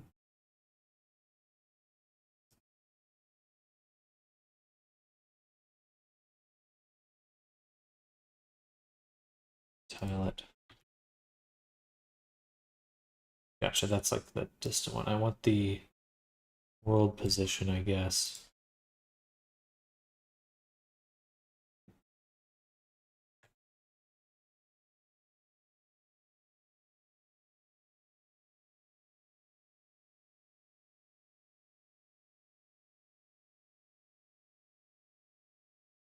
Interesting. That looks fucking cool, though.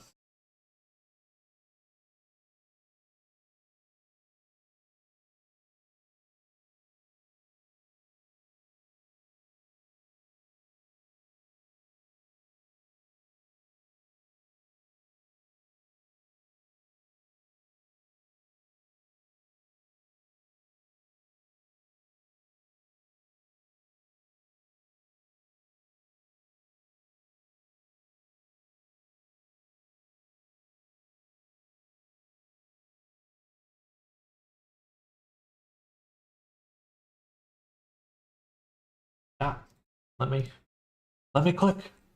Jesus. Excuse me. Cartot, hello again. Just finished up the avatar now. Hopefully. Right now we're just doing some testing, figuring things out.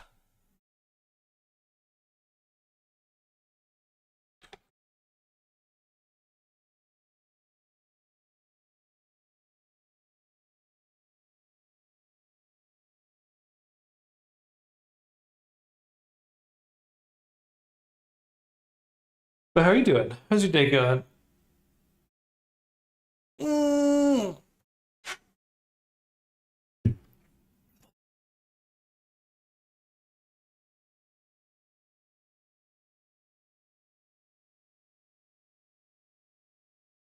Get that? I just uploaded public. Now I need to figure out what's making it 30 megabytes for Quest.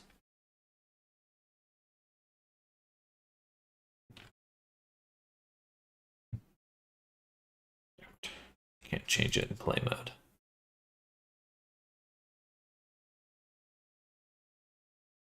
Days are fine, just finished commission, which is nice, so I got time to work on my public. How about you? Hoping to finish this Abby today. We've been working on her for the last 2 weeks or 3 weeks or so. And we'll have more commissions to do right after this. But she's coming out super well. More to do, but we're in the final stretch.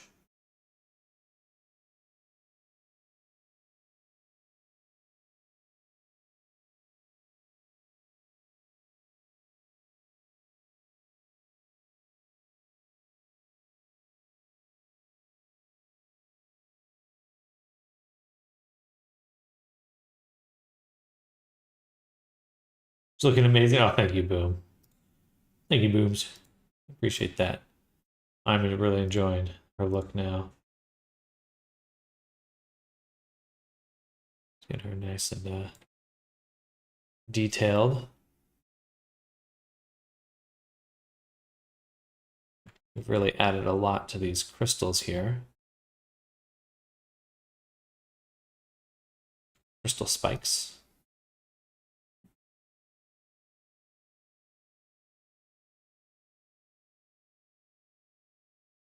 She does look like way beyond 70k tries, though. Gotta step up my low poly game. It's always a battle.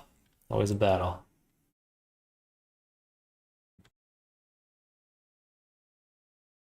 She is mostly rigged at this point. Where we really are almost done. I did update the chain texture too. So we get this nice shadow on the middle of the chain. This is just a texture for the chains here.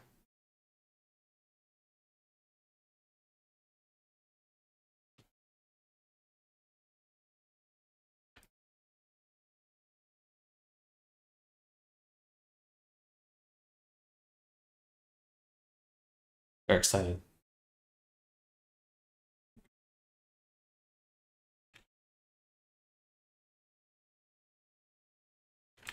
This one's flipped around though. Curvature of the boobs very smooth. Did you add extra tries there, or is that the smooth conversion? So there's a few things going there. A lot of it is just making sure your normal maps bake super nicely. In terms of the geometry, like if it looks low poly, like the edges are jagged, then that is just a matter of how many tries you have. Other than that, your normal map texture is really going to carry you through a lot of it. So I think, and there's a few other things making it a lot of the little tweaks on the shader, adding shadowing in certain areas and stuff like that. It all kind of comes together to make that effect. Oh yeah, and then we also made this nice skin texture up close, which looks really good. Very pleased with that. All right, let's switch it up a little bit. There's more to do. I'd like to make a little fabric texture for the shirt. Because it does have one in the image. So we'll make one for the shirt. And then we also need to give it a the name. So each boob has as much tries as the entire leg. Well, that's not too bad. Not too bad. Here's the... Love the textures for the body. She's so pretty. Thank you, Cartot. Thank you.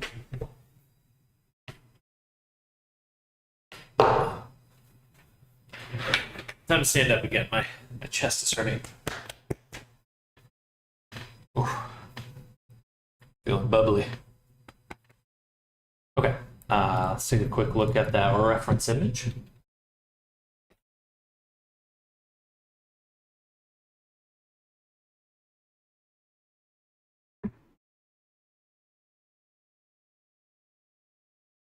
This is the image we're referencing for the outfit.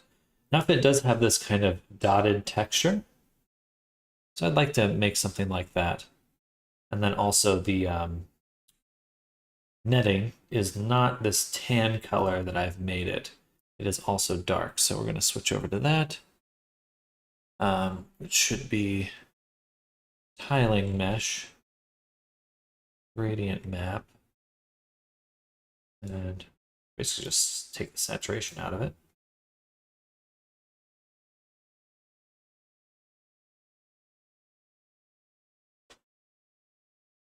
And I guess we'd want this one to also be dark.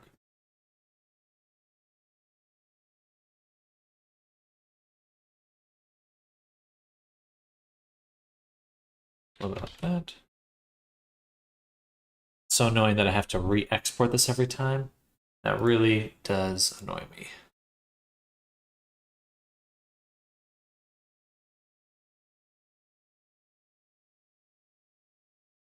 Which one did I even use last time? Let's go back here.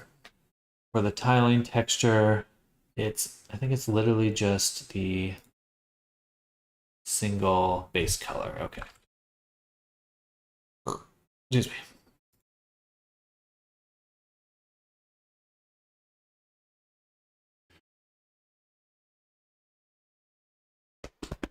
Stop kidding, but those some thick tri boobs make sense since they have a lot of physics in them.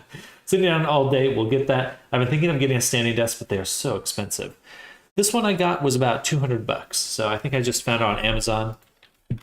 it wasn't too crazy, but I would definitely recommend something like Amazon for it because it's just interesting. It's using a different one now. Definitely don't want to, just with how much sitting. I remember really hurting myself a while back, sitting so much. It really took it out of me.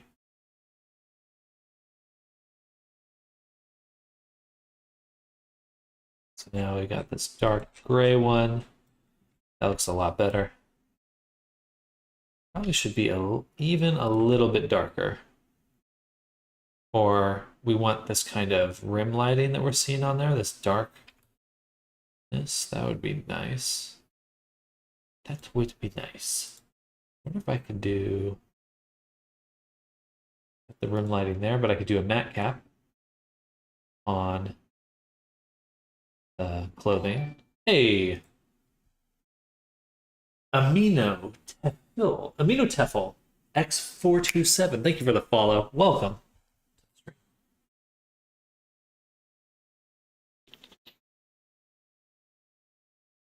I think you just need some shading. The color is good. Thank you. There's more we can do with the shading itself too. We have a lot more texturing work to do on the clothing. Should be done with it today, but we want to make sure we're getting it done. Getting that job done. I think this is the mask.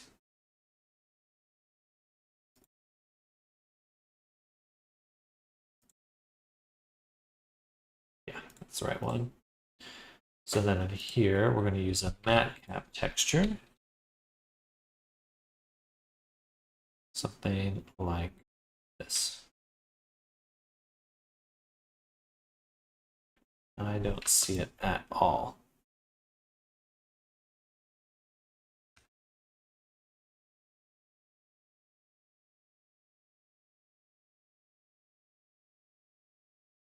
So the emission's working, the intensity is not working. There we go. Multiply. Maybe just like a light sheen. Oh yeah, that looks a lot better. Let me actually hide the other clothing items. Just looking at this. Okay, now we're getting a nice little like sheen on it. Sheen. Clothing. Hide and shadow, no. Place, no. And maybe. Next. I think it should be a little darker.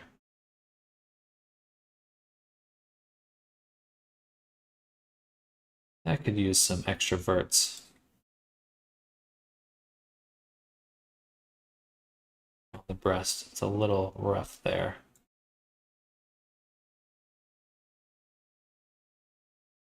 I do wish it was darker.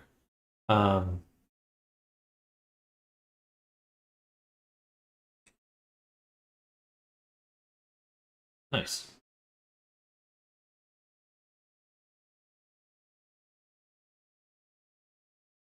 That gives it a cool look. Then, again, just a little darker would be awesome.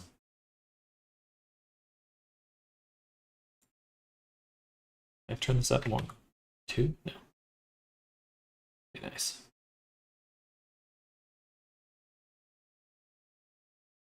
Perfect. Actually, why would I want to use a texture? I can just switch this over to a gradient. Then we can just do something like this, and then I'll have full control over how this blends.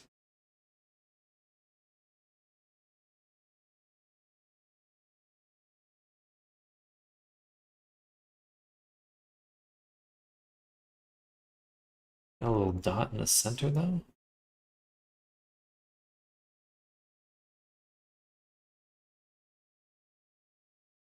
That's probably because I changed the border.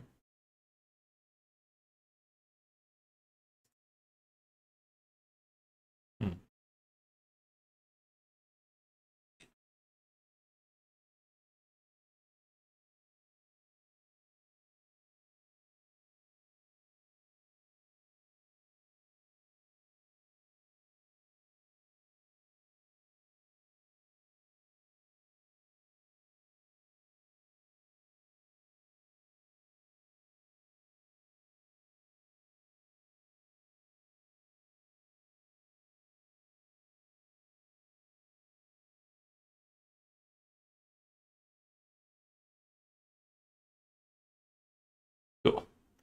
That definitely looks like a sheer material now.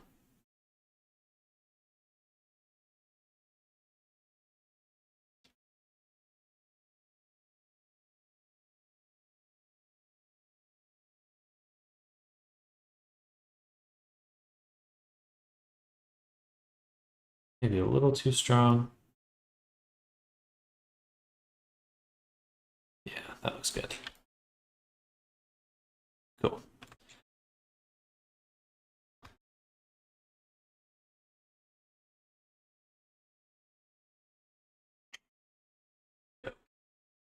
Oh, and then it broke. That's kind of cool, actually. The alpha transparency does not know what to do with itself, though.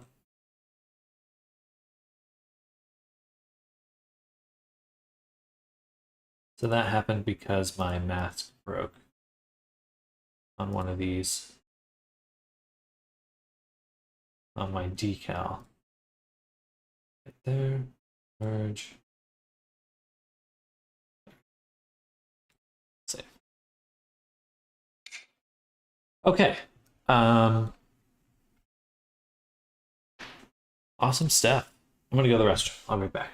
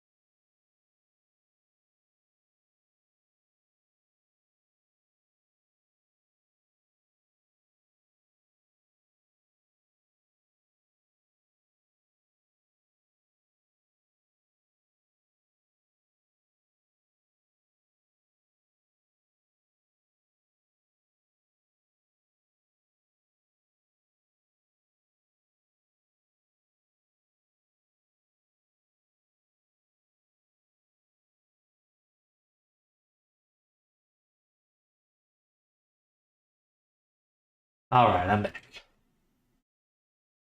Figured it out. Let's go lights. Just take like 20 megabytes according to VRC. Lights are super expensive. Basically, for every light in your scene, it multiplies how expensive everything is. Lights get exponentially more expensive the more you have.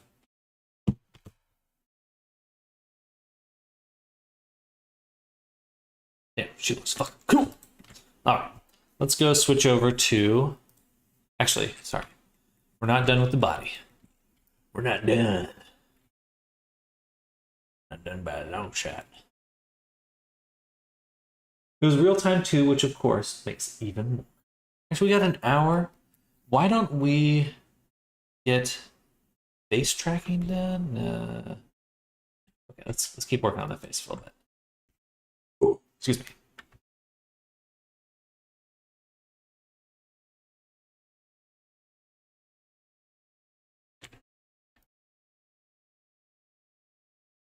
What's going on? The tongue should be purplish. I said, hey, what's going on?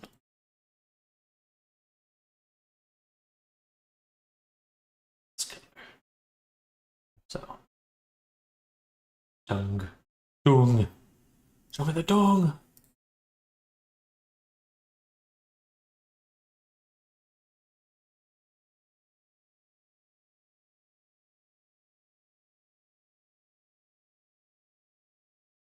And the tongue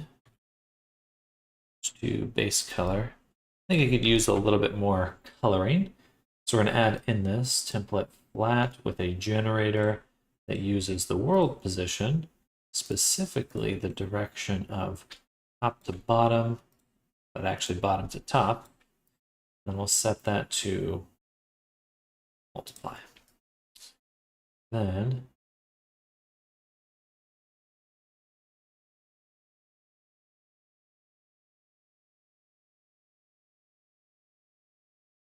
contrast we can turn up.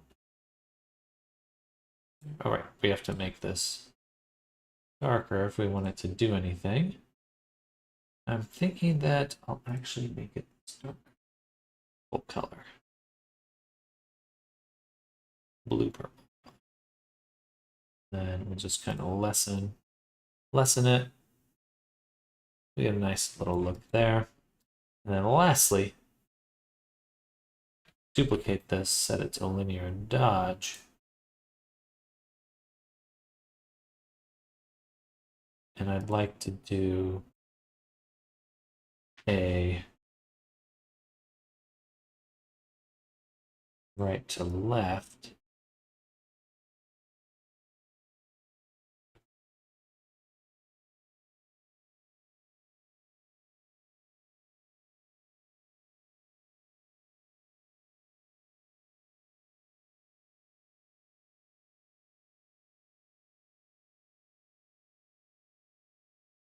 Yeah, that looks weird.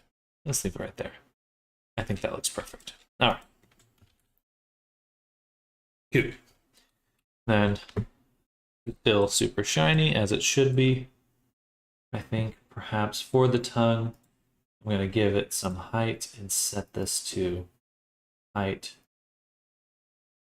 replace.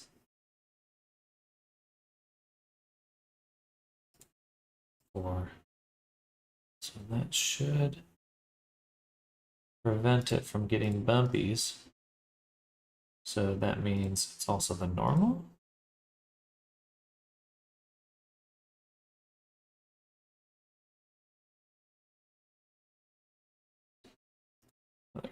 Height. Set to replace. It should be replacing the height. I shouldn't see any bumps. Oh, I closed chat, sorry. Detail on those teeth mesh. What it says try as if they were the gums. Yeah, but not that much. I think it's hard to get. Oh yeah. Get teeth perfect. I've just found it's a little bit. That's something I'm okay having a little bit extra geometry on. And if I really need to go to take out geometry, then I have them there. When re-exporting a model after tweaking it, do you just select the FBX in the Unity files so you don't gotta re-import it? I always, well, first make backup saves before you overwrite anything. But I do always overwrite my, do overwrite them.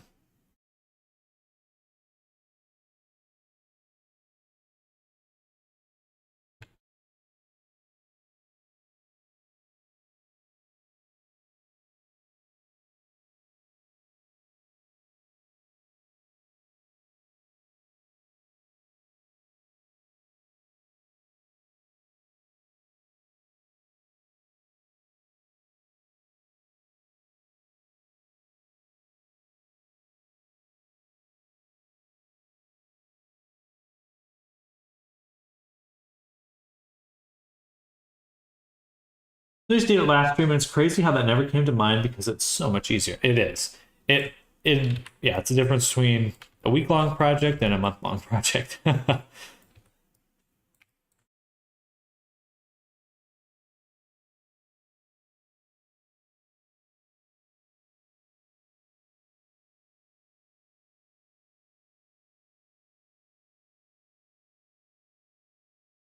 Cool. That looks really good. Our teeth and tongue are pretty messed up, though. I think we need to go and edit their bake a little bit. That's a little rough right there. But we can add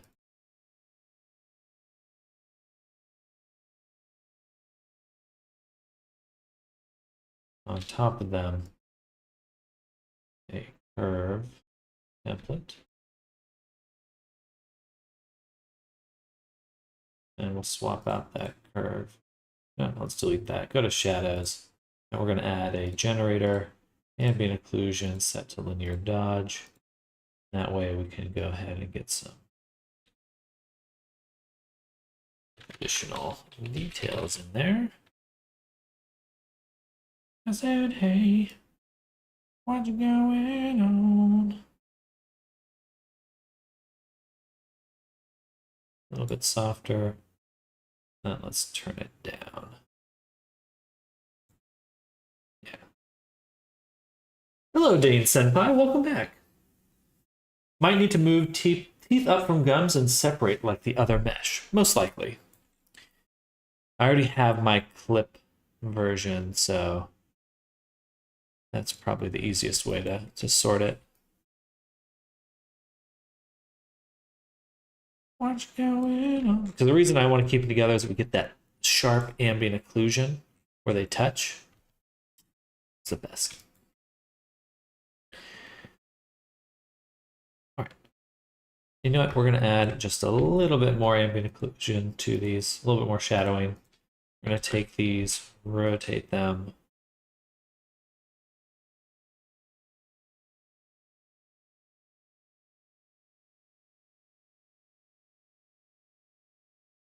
This.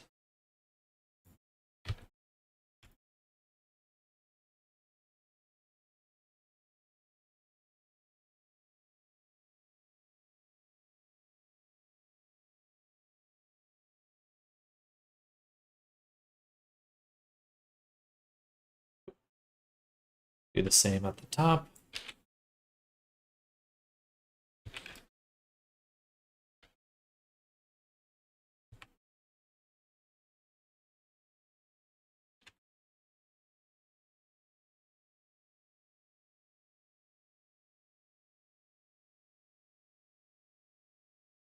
Cool. Beautiful stuff. Save. Export again, and then we'll switch over to the clothing. Hello, Bochi Tatita. Welcome. Hope everyone's having a fantastic day. Welcome to the stream, y'all. Welcome, welcome. We're on the final touches of working on our avatar here. Should be done with her today. She's looking good. She's looking very good. I want to switch over to Actually, no, let's finish the body first before I go any further. Actually, I wonder if I could just do... Right now we're doing the teeth with a color selection. I think I'll just do a manual selection. I'll just do this. There we go. Perfect. We do just do the mesh ID. Get that fixed. Perfect. Yeah.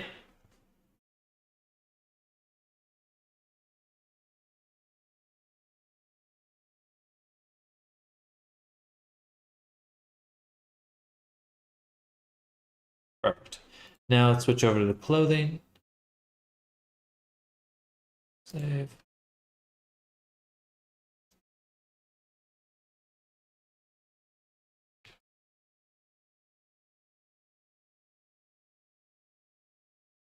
All right, so a few things. First, we have our bodysuit here, which looks pretty good. We're taking a slightly closer look at it. We're using a decal to create this effect, and we're doing the color blend mode with replace. I'm going to actually switch it to multiply.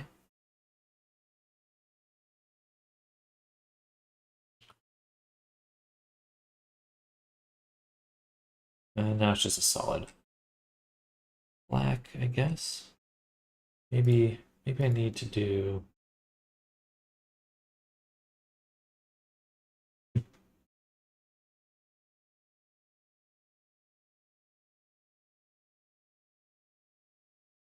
So I don't know why that's making a difference. It does look good. Depth. We'll leave that alone. Okay, that's fine. Chromatic aberration. Why do I need that? Intensity. Is it doing anything? I guess that's kind of cool. Oh, definitely don't need it though.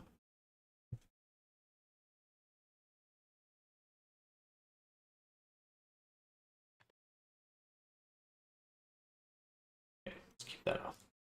All right. I would like to also get a texture on the shirt here, just something simple to kind of break up the detail of it.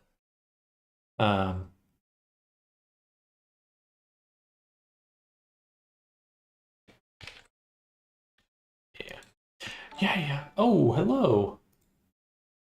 Cardo, thank you for the follow. Welcome. Hope you're having a good day.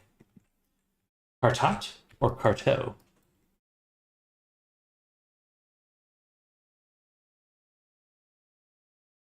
We're going to call this lingerie.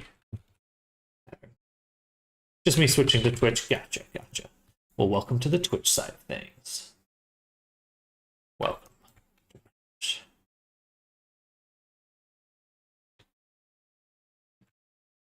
So if we're looking again at the reference image, that'd be this one here. We have this fun flower pattern, and then these kind of lingerie strips there. And a bra kind of pattern. It's whatever people call me, Carrot a lot, or Car. Okay, heck yeah.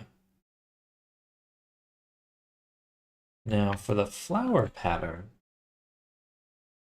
maybe I should just do another decal on it. It's just a repeating texture.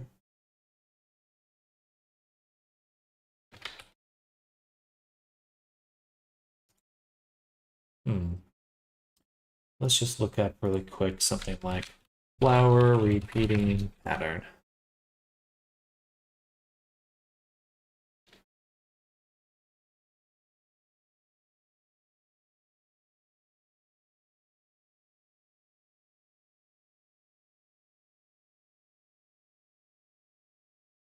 Do something like this really quick. This will just be a test. We're gonna take this clothing. I really should now, moving forward, make a tiling folder.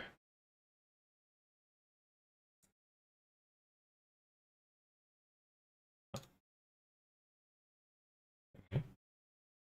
Why can't I drag that? Thank you. And then we'll open with Rita.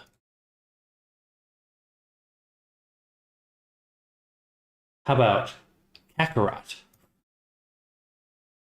Instead of carrot, Kakarot. Hey. Save selected. We're going to close Instamat for right now.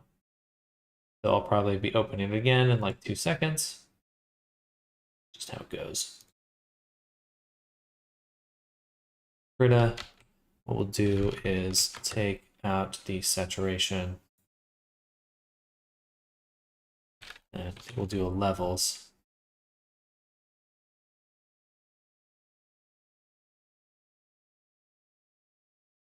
Something like that. Okay, save. Okay, close. Now on the clothing, we'll do another decal using the same mask here. And go ahead, drop that right there.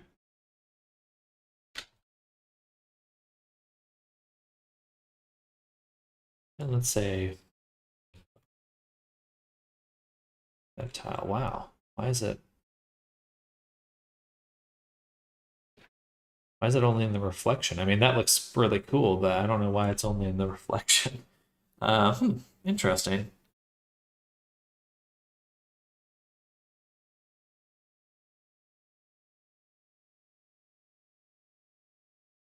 And that's something with my mat cap.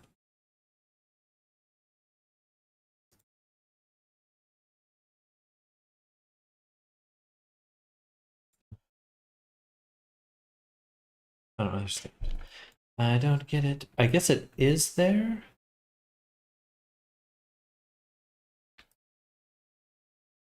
Honestly, that's super cool. But it's not the effect I'm going for. All right. Alpha blend mode, replace.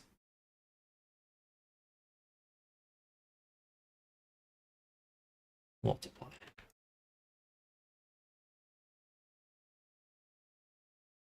I guess that's kind of cool. I kind of like that. Say 2020. Really hard to see that flower pattern now. Still would need to be around 8 or 8 or maybe 12 by 12 at the most. I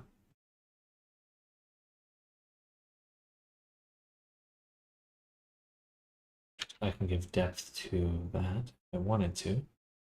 Don't really to. It's an interesting idea. And it gives it a fun look.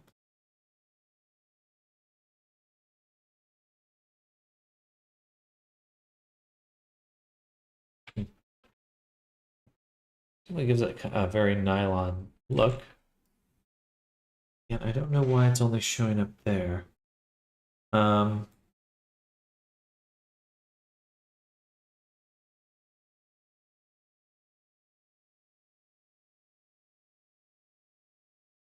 Still pretty cool. Even just like that. I think it's just that the mat cap is so strong. With the multiply, yeah, that's what it is.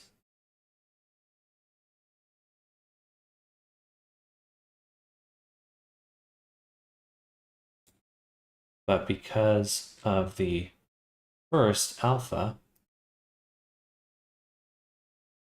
it's really hard to see.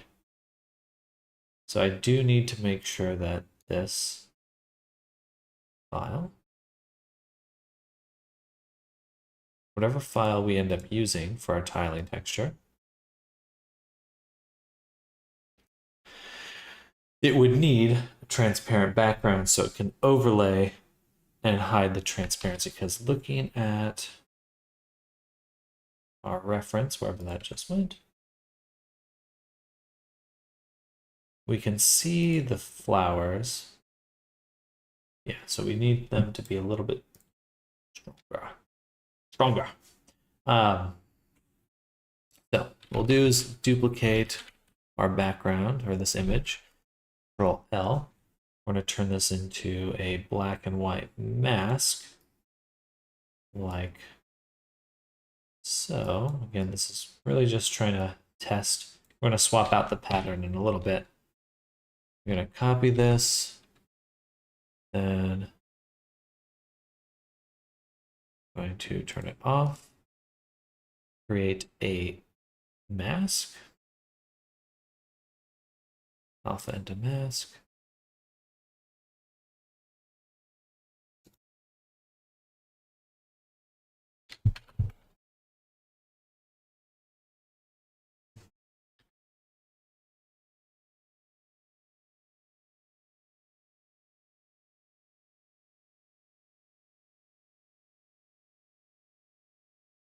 Look at the hand painted lace, yeah.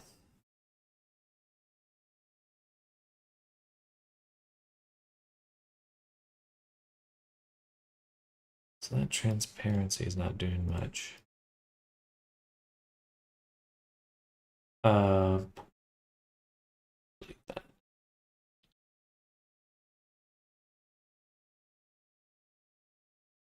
Okay, so I am editing it just like a layer.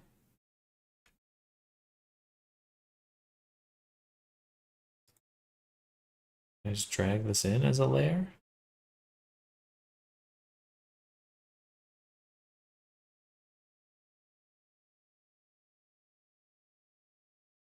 All right, let's just paste it. Do a selection.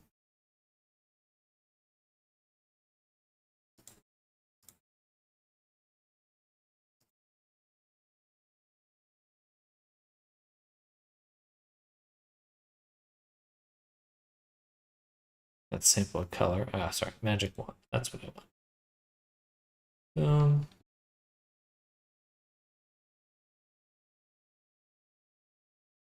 Contiguous.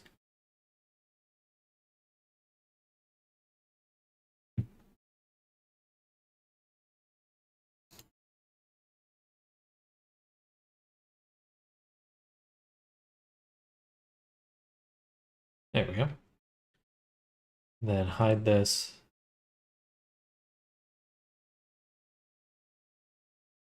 Delete that. There we go. And then file. Save as. PNG.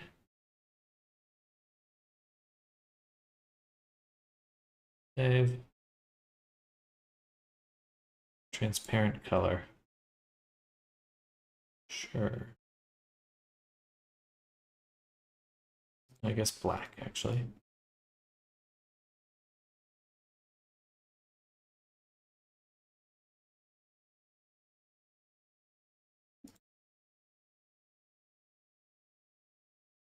Sure. Yep. Back to here. Back to our clothing.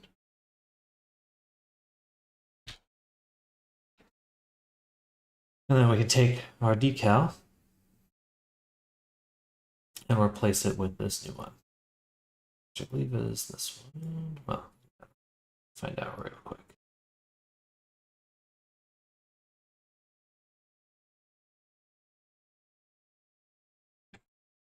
Interesting.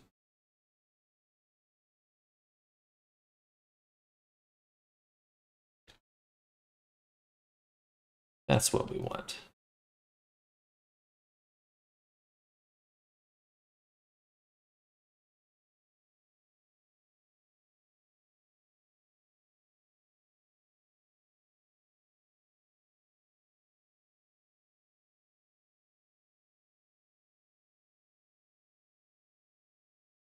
Oh. All right.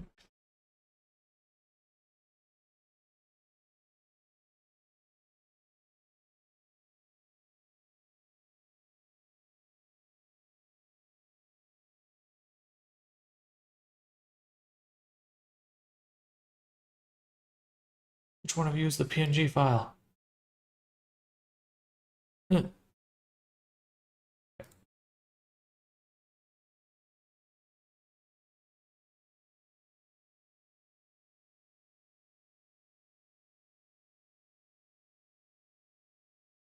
Okay, so that is still showing the body. Yes. Just a much harder to see because the pattern's kind of extreme, but we can see the body through this one. Good. And then we can kind of lower it if we wanted to.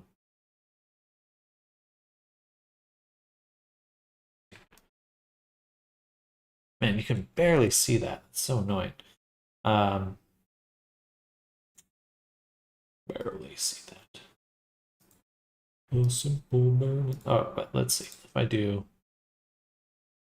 that, replace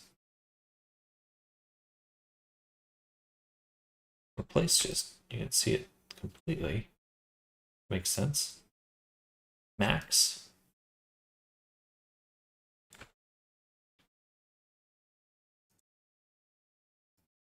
Min. No, max. All right. I think that's what we want right there. So a little hard to see them at certain points, but this is much closer. Much, much closer. And we can get a little bit more control on the alpha just by making sure that like the lines have less alpha than the others, yada yada. Ugh. Okay, cool. So that looks pretty cool. Let me just do this really quick. Take a look at it. All right, interesting. Again, not the pattern we're going to use, but a good one to test with. Hello, Novaraptor. Welcome back. Any good tricks to deal with the stretch on the flower print? You would have to create a different map that completely gets rid of the distortion. That's pretty much impossible. You're going to get stretch no matter what on some level. You know, you're kind of either decreasing the resolution on other areas in an odd way or increasing others. So, but I'm okay with that. I think it's realistic in a sense. So,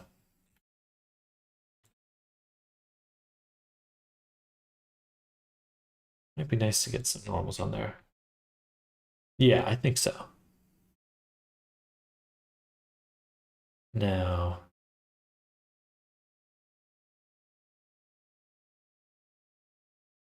I'll be able to control a little bit more fighting for its life. Suppose you're not wrong. You can actually still push down the depth, which is just an odd effect. Very odd, because it gets this kind of warping quality. Yeah, we'll just keep that at 0. All right. So now we're going to go back to our paint here. We're going to take the bodysuit base color, and we're just going to set it to a gray. I have a normal map, and it's got this little fabric texture. I don't want that. I'm going to set this height to replace. Next, what I'd like to do is we have on the character reference, we've got this tiling flower pattern, and then this bra, basically this bra lace effect. So what I want is to get some alpha lace alphas.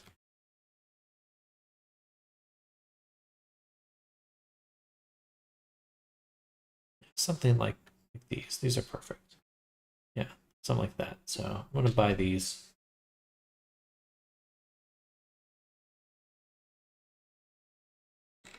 How many do we have? Pack 2, 40 alphas. Yeah, that should cover pretty much everything, I think. Is there any other ones that look cooler? This will do the trick. All right.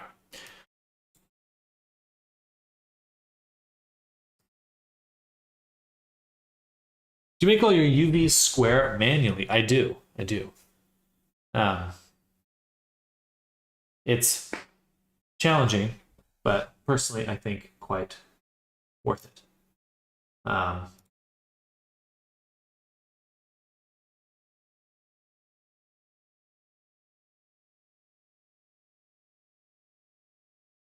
Because like that way you can make tiling textures match perfectly, prevent blurring of seams.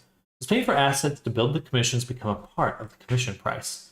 I mean, this is only $3, so I don't mind throwing money at this because then I own it, you know. So I think in this case, totally fine doing that. Um,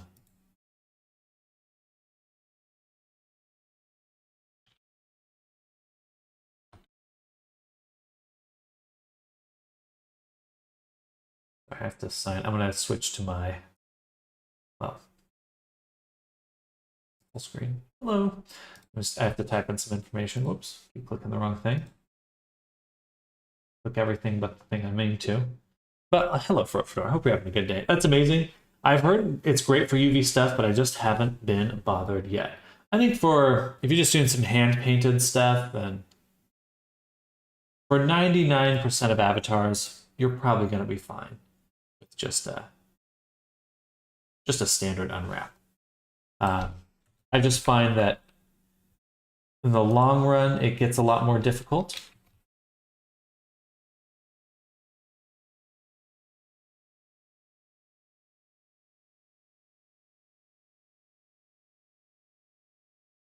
One second.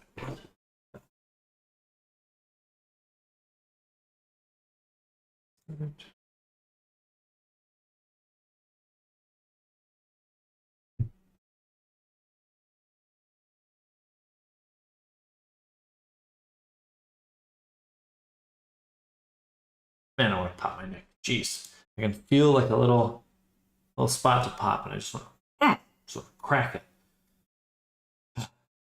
But I really shouldn't. I want to. I should not. So we're going to put this in my resources, alphas, and we'll take this file I just downloaded and extract here. All right, I think a little hard to see there. Let's go.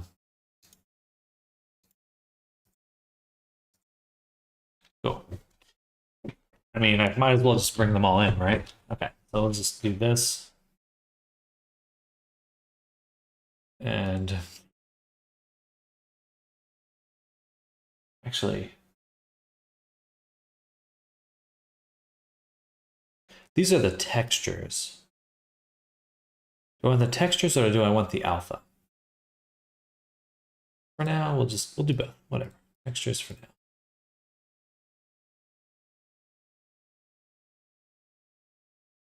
It's going to take a little bit.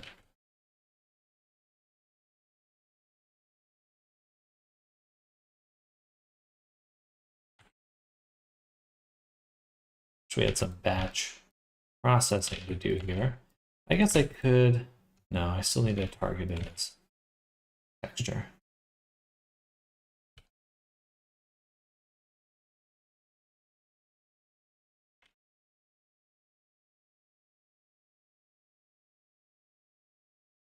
Okay. And then one at a time, texture. And just like apply to all bastards.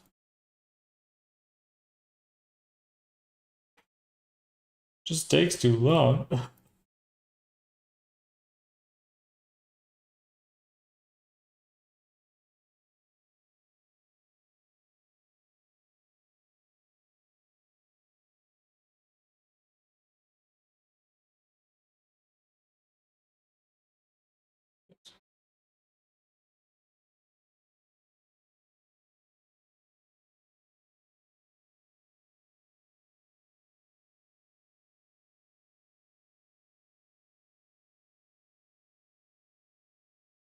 Shoot me now.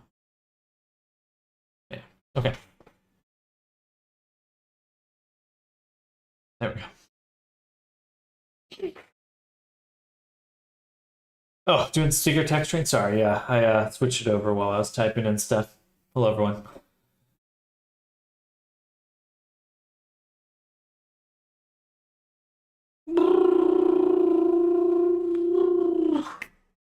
All right.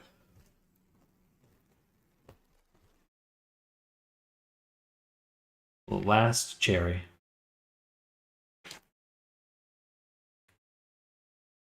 So, let's see how this goes.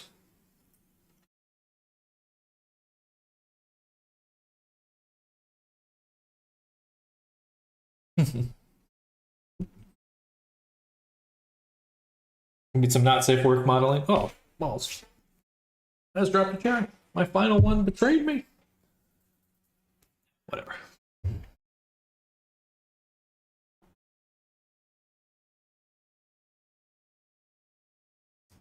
So let's look at our image here. I kind of like this one here.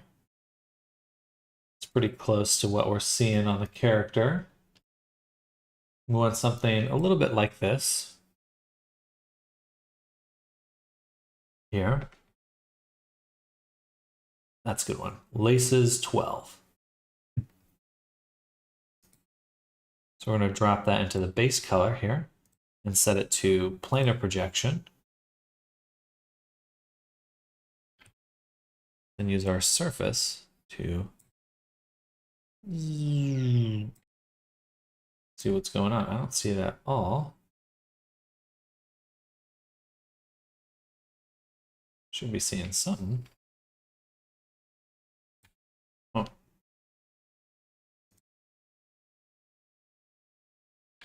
Okay, I'm in the material view.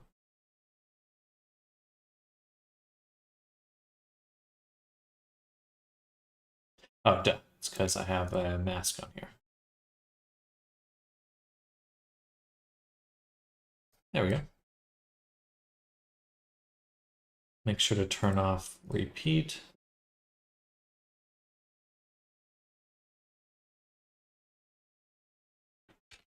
That already looks like it's not doing quite well. Also, the resolution leaves a lot to be desired. Oh, that's not as bad. Okay, there we go. Still very low resolution though.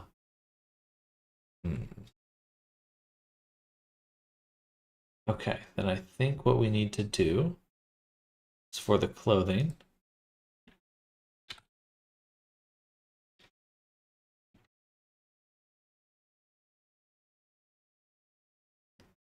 Specifically this one. I'm gonna make a second UV map.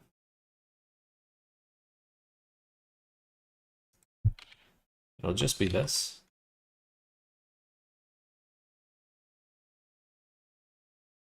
All right, have constrained UVs, image bounds. Something like that. There's no reason to change it up at all. This is exactly what we're gonna use.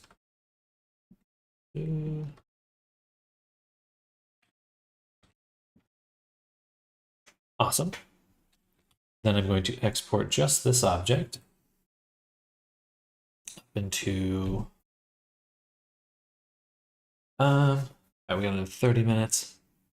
Substance Painter, Shimo, bodysuit, under clothes, I think is what I called it. Try to keep the naming the same. Save, sure, why not? Then we'll go here, delete this, save, file.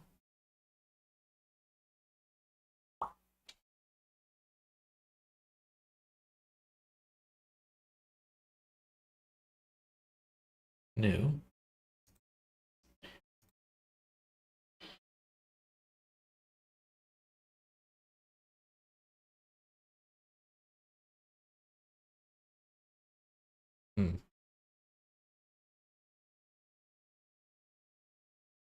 I really just, well, it doesn't matter. chain and clothing. Okay. That's perfect. Okay. Perfect, because we just want the clothing. I don't need the other ones. Can I delete them? No. Save that into Shimo under clothes. I'm not getting the new updated version for radio puppets for VRC. I don't get what the rotation thing is. Oh, are you saying the rotation, the constraints? So constraints are ways to literally constrain the movement to kind of, when you have like a bone on a body moving and you want it to limit how it can move or make it follow something or kind of work with to make it do things it couldn't normally do. That's where constraints come in. But the problem was the reason why VRChat came out with their own version is because Unity's standard constraints were really bad. They were actually kind of trash. So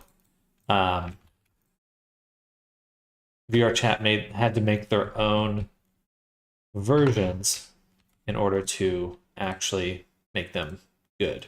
They had to make their own versions because Unity's default constraints were just that bad and slow. Yeah. Unity. Oh, straight. I need help, fast help. Like every time, how do I make something bigger, like the belly, without destroying the belly button? We're using a sculpt mode with blob or inflate. It's just an example. I make something, but one element on the center all the time doesn't want to cooperate. So when I do morphs, like body morphs, I no longer use the displace modifier. I use the hook modifier. So, or I guess it's deform. The hook modifier is really good because you can just make an object, an empty object here, put it anywhere you want, attach it to the hook, and now when I move the hook, oh, nothing happens. It should happen.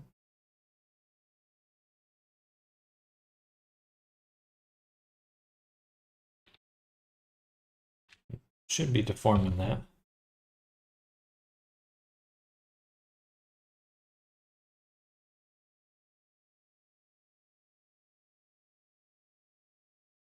Why is that working?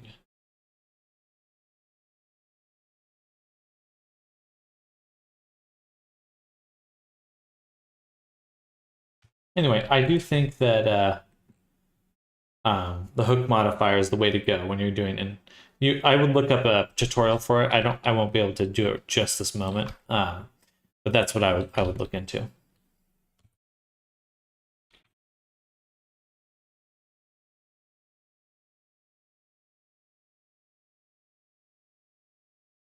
Oops. Right, and then I have to make a second version. It's UV map. That's fine. We'll just make one more version, scoot it over here or something. Get rid of the first UV map. Export this.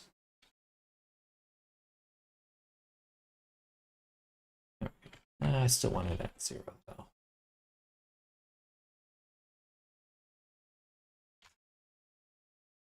All right. Better.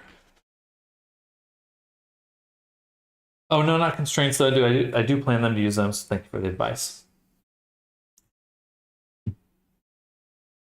Radio puppets? Then I'm not quite sure what radio puppets is.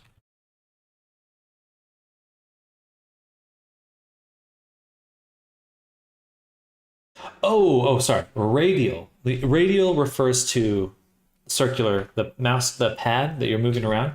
So, I haven't checked out if they have updated it. I'm not sure. I have not taken a look at it. Let's see. Ooh. I'm assuming it's not a component, but in your expression menu.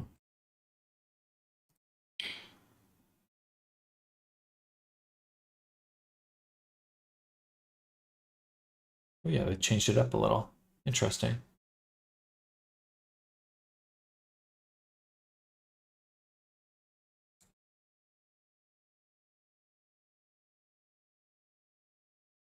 Huh.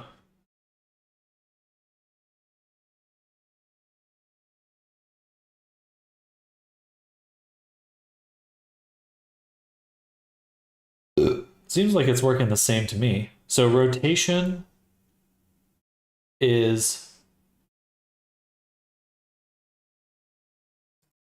So how this worked previously is when you open the radial puppet, it would turn on a parameter. So like a Boolean value. Like when you open up the radial puppet, it can turn on a parameter. If you don't want it to, you don't have to put anything in there. The rotation is a 0 to 1 value of how far around the circle that parameter is. So like when you slide it up, like imagine you have uh, like a, I don't know, a body morph, right? Your claws are getting longer. And you want the claws to get longer from 0 at their base value to 1 all the way extended. Then you can use the rotation parameter, dialing up that parameter from 0 to 1. So it'll just roll around. So the best read? No, you're totally fine. But hopefully that makes sense. Oh, my back hurts. And let me ban this bot really quick. 1 second.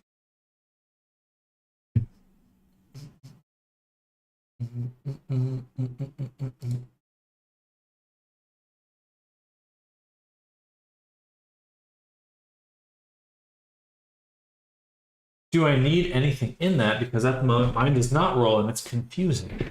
Why? Well, you do have to hook it up to your animator. So like you have to give it a parameter in your menu, and then that parameter has to tie into your animator. If you haven't set up those before, what I would recommend doing is not making your own expression menus.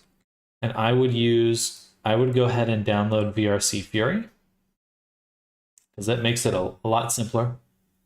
And you can add in a toggle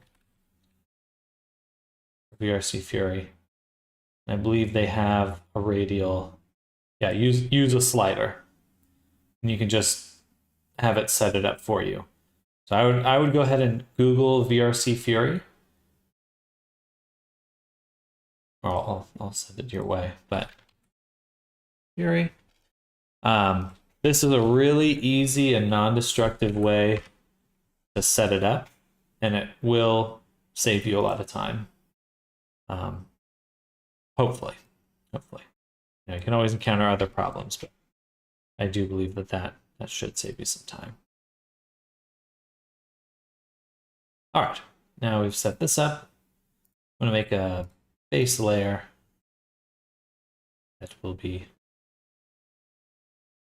gray, and then on top of this. Also, for some reason, VRC Fury never worked for me, which is why I haven't used it yet, but I heard it's really good, so I'm thinking of giving it a try soon. It saves me a lot of time. Like, not just a little time. It has saved me days of work already. I really think that it's worth taking a look at.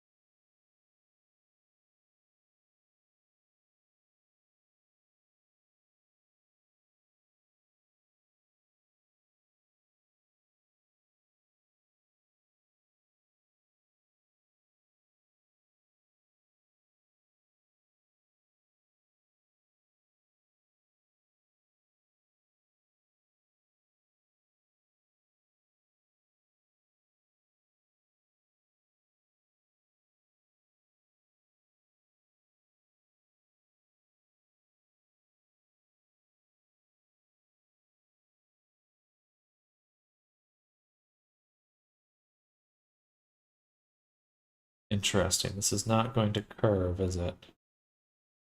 Not in the way I'd like it to. That's a little annoying.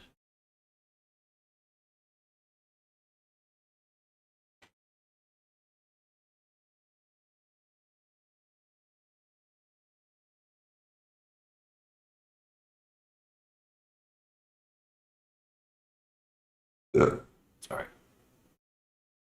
Oh.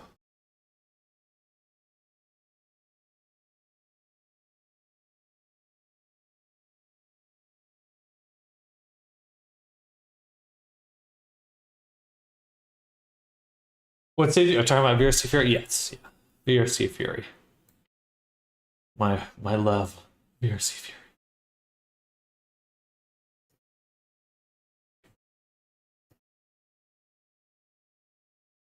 I guess we won't use a paint.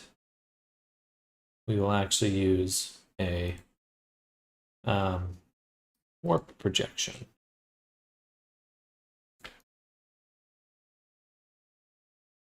Yeah. Researching. Actually, let's just try a cylindrical for now.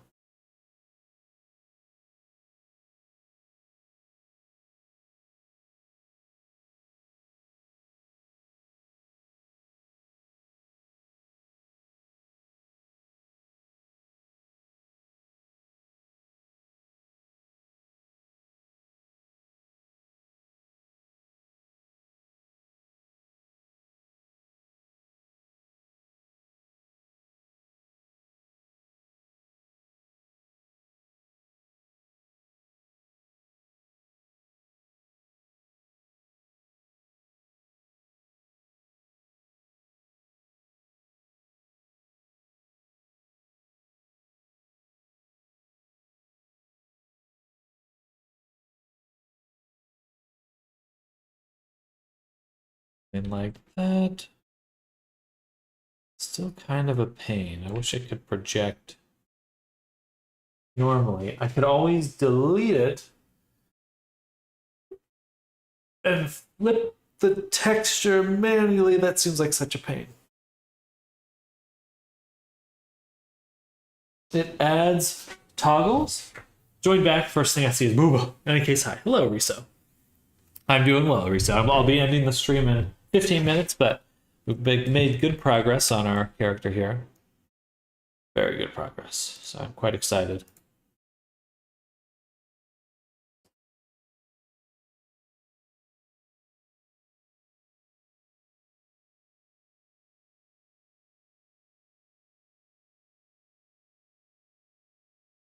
Like that. Where did I get that texture? I went on to ArtStation. Artstation.com. They have a really good resource. They're a very good resource, video game resource site. I got this for, you got like 40 patterns for $3. Tons of different stuff in here.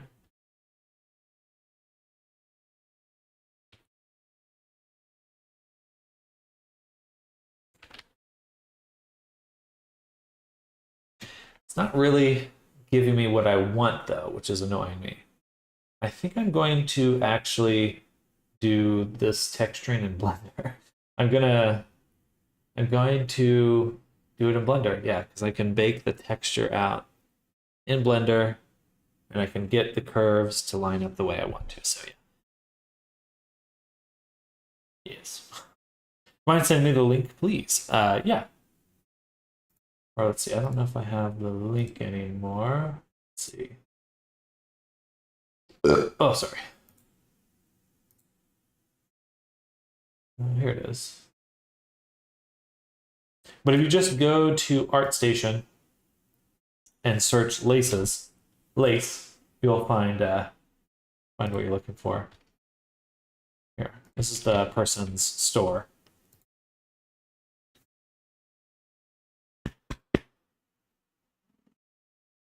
Oh, geez, so burpy. Okay, back to Blender. So yeah, I think what we'll do is make a curve.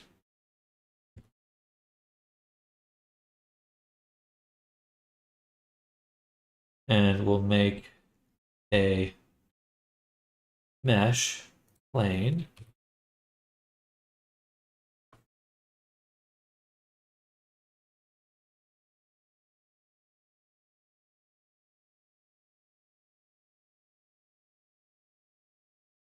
Something like that.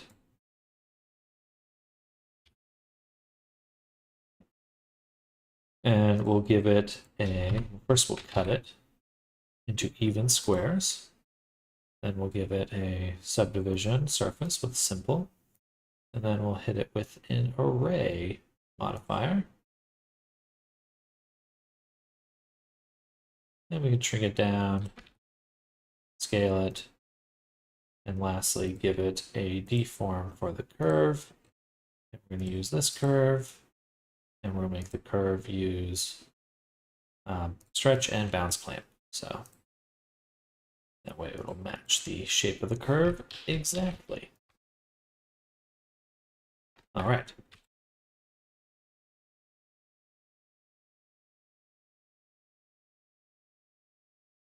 Something like that. And then we'll go ahead and make a material called lace. I checked hook and working, but need to assign vertices. What will be affected by an edit mode? Nothing should be affected by an edit mode. It's just a modifier. It's non-destructive. Second question, can I separate part of the body and still keep normal weights after separating? I just want to make two models to swap it, but they still need to be connected to the body, and I don't want any pits in the body. The normals are saved in the face corners of a mesh. So the vertices, the corners of each face have their normals, pretty sure. So it should save in there. That is where the data is stored. So as long as the vertices are kept, then the normals should be kept. Pretty sure.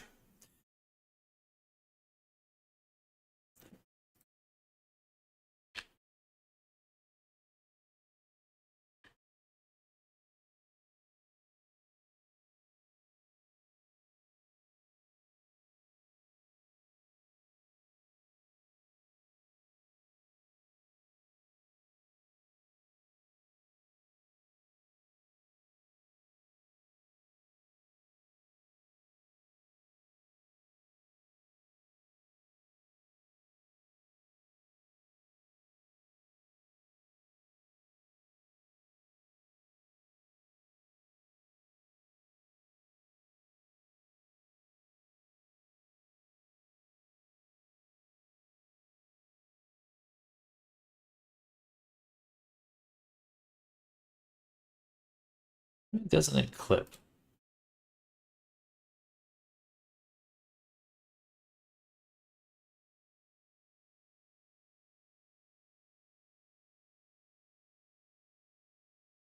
I feel like I always struggle getting this to actually fucking blend.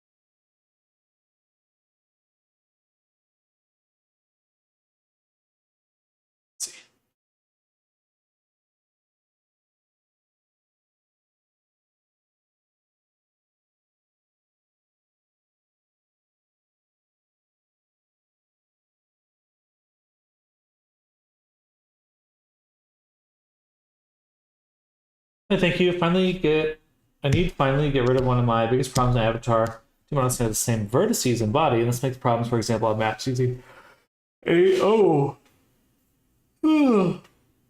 One is normal, and the second model is subdivided. But they're most screaming on me when I'm trying to use some modifier because there are three faces connected to the same edge. Yeah, that will definitely. Yeah, it don't lack that at all.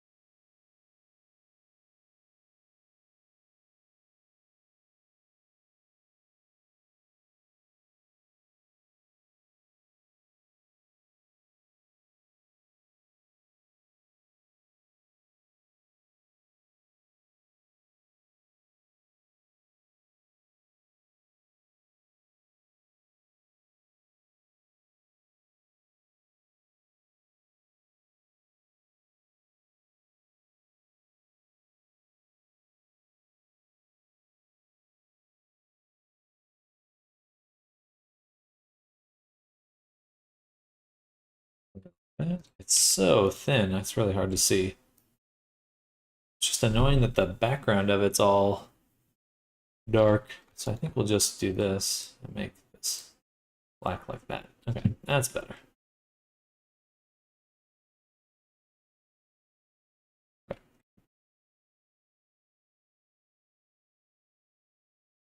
I'm gonna go mess with it. Thank you and have a nice day. Absolutely. Enjoy your day, Straya. Good luck with your project. Yeah, I think you've got a good idea on how to fix that, but you can DM me if you run into anything.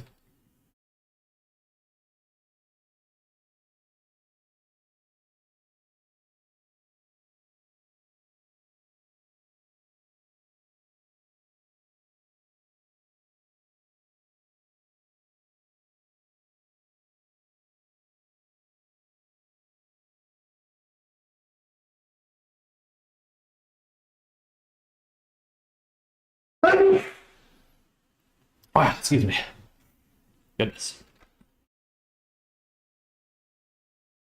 The nice part about this too is I can actually see where it's gonna be on the character too.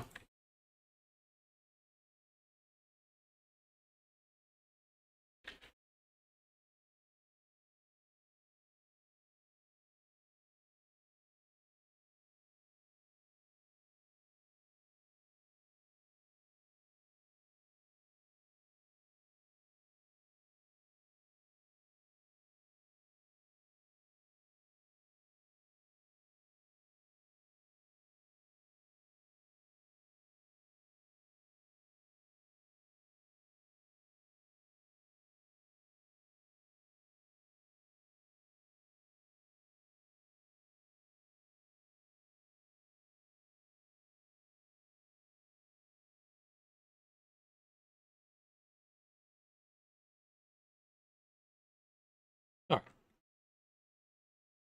The reference image did have something similar to this.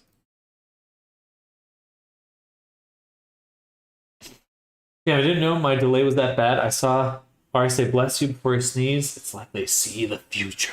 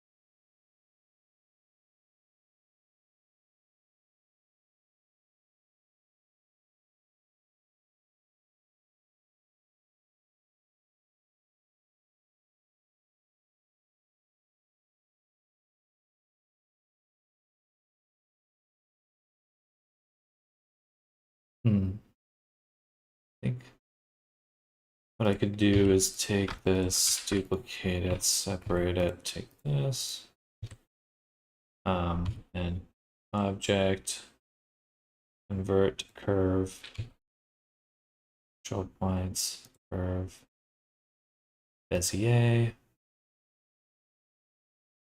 segments.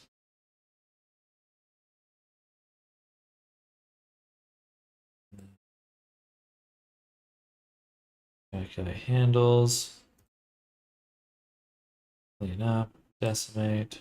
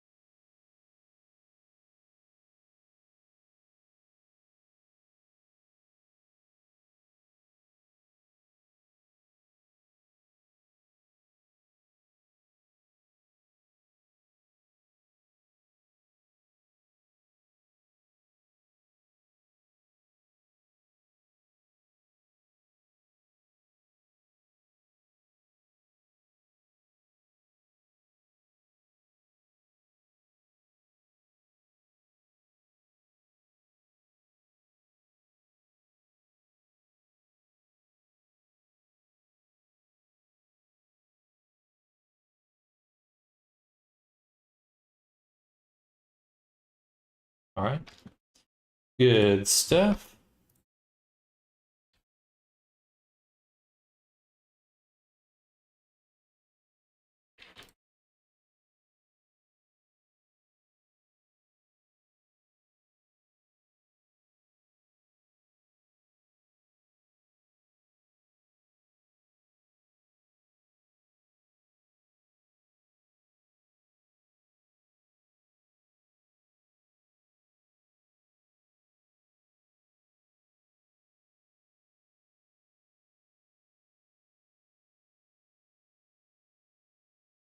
And why don't we switch this up to a different lace?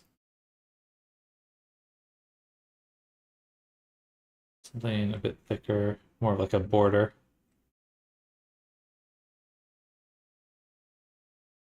Lace 42.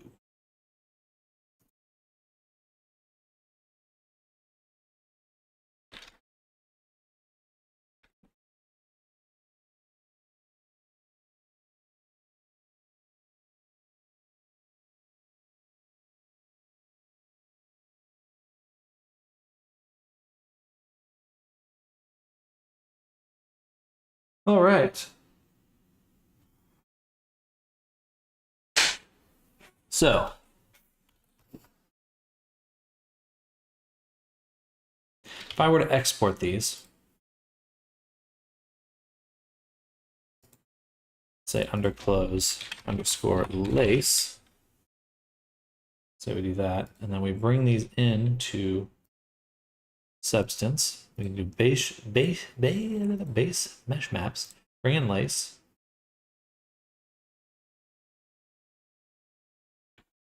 Do we get the texture out of that?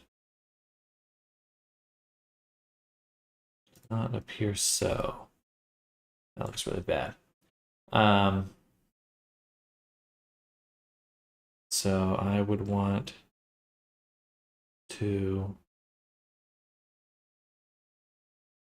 bake in Blender then.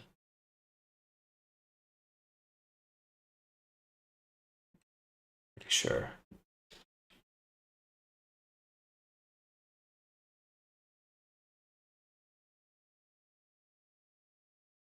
I would want a new collection called Lace. Then we'd put these objects in there. Then make one more object here. Subdivide heavily and then displace using the text. That doesn't seem like a good idea. Better to bake in Blender IMO. Yeah, definitely. Blender should be a suitable alternative.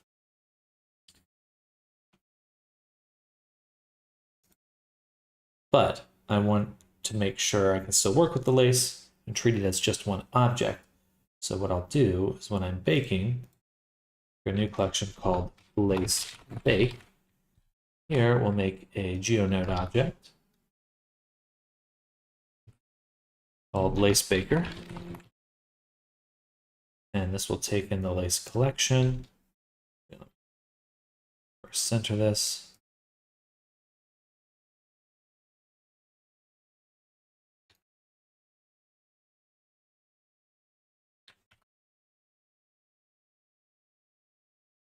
Collection info. Realize instances. Plug it back out. And lace. So that way we have the lace baker,